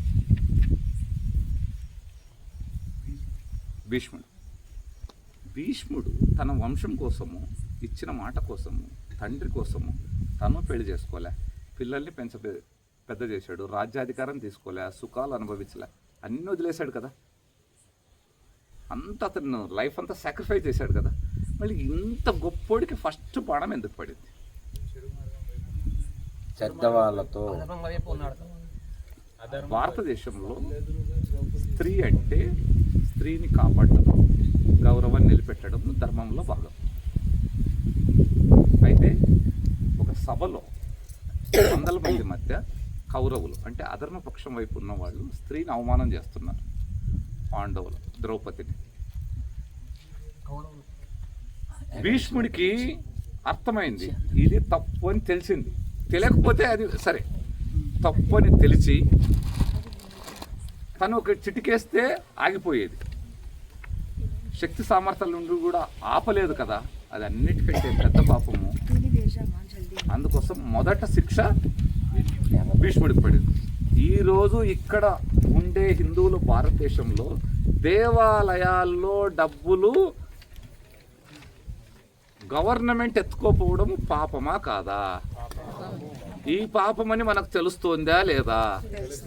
మనం క్వశ్చన్ చేస్తే ఆగుతోందా లేదా? క్వశ్చన్ చేస్తున్నామా? అంటే భీష్ముడు లాంటి పాపమే మనం చేస్తున్నాం కదా. ఆవుని చంపడం నేరమా కాదా? మనం ఫోన్ చేస్తే ఆగుద్దా లేదా? చేస్తున్నామా? అంటే తెలిసి శక్తి సామర్థ్యాలు ఉంది. ఇప్పుడు మన ఊరుకుంది అది కూడా అలాగే. 20 లక్షల మంది వచ్చే హిందూ భక్తుల క్షేత్రంలో ఎవరో ఒక దర్గాకి సంబంధించిన వ్యక్తిని తీసుకొచ్చి మన ధర్మానికి, మన మతానికి, మన దేవాలయానికి సంబంధం లేని వ్యక్తిని తీసుకొచ్చి ఎట్ట నడపాలని అడగడము తప్పా కాదా? ఇది ప్రశ్నించడానికి మన ఫోన్ ఉంటే చాలు కదా. ప్రశ్నిస్తున్నామా? మనం ఏమేమో చెప్పి పెద్ద పాపాలు చేస్తున్నాం. మళ్ళీ భీష్ముడి స్థానంలో మనం ఉండే శిక్ష అనుభవిస్తున్నాం. హిందువులు ఈరోజు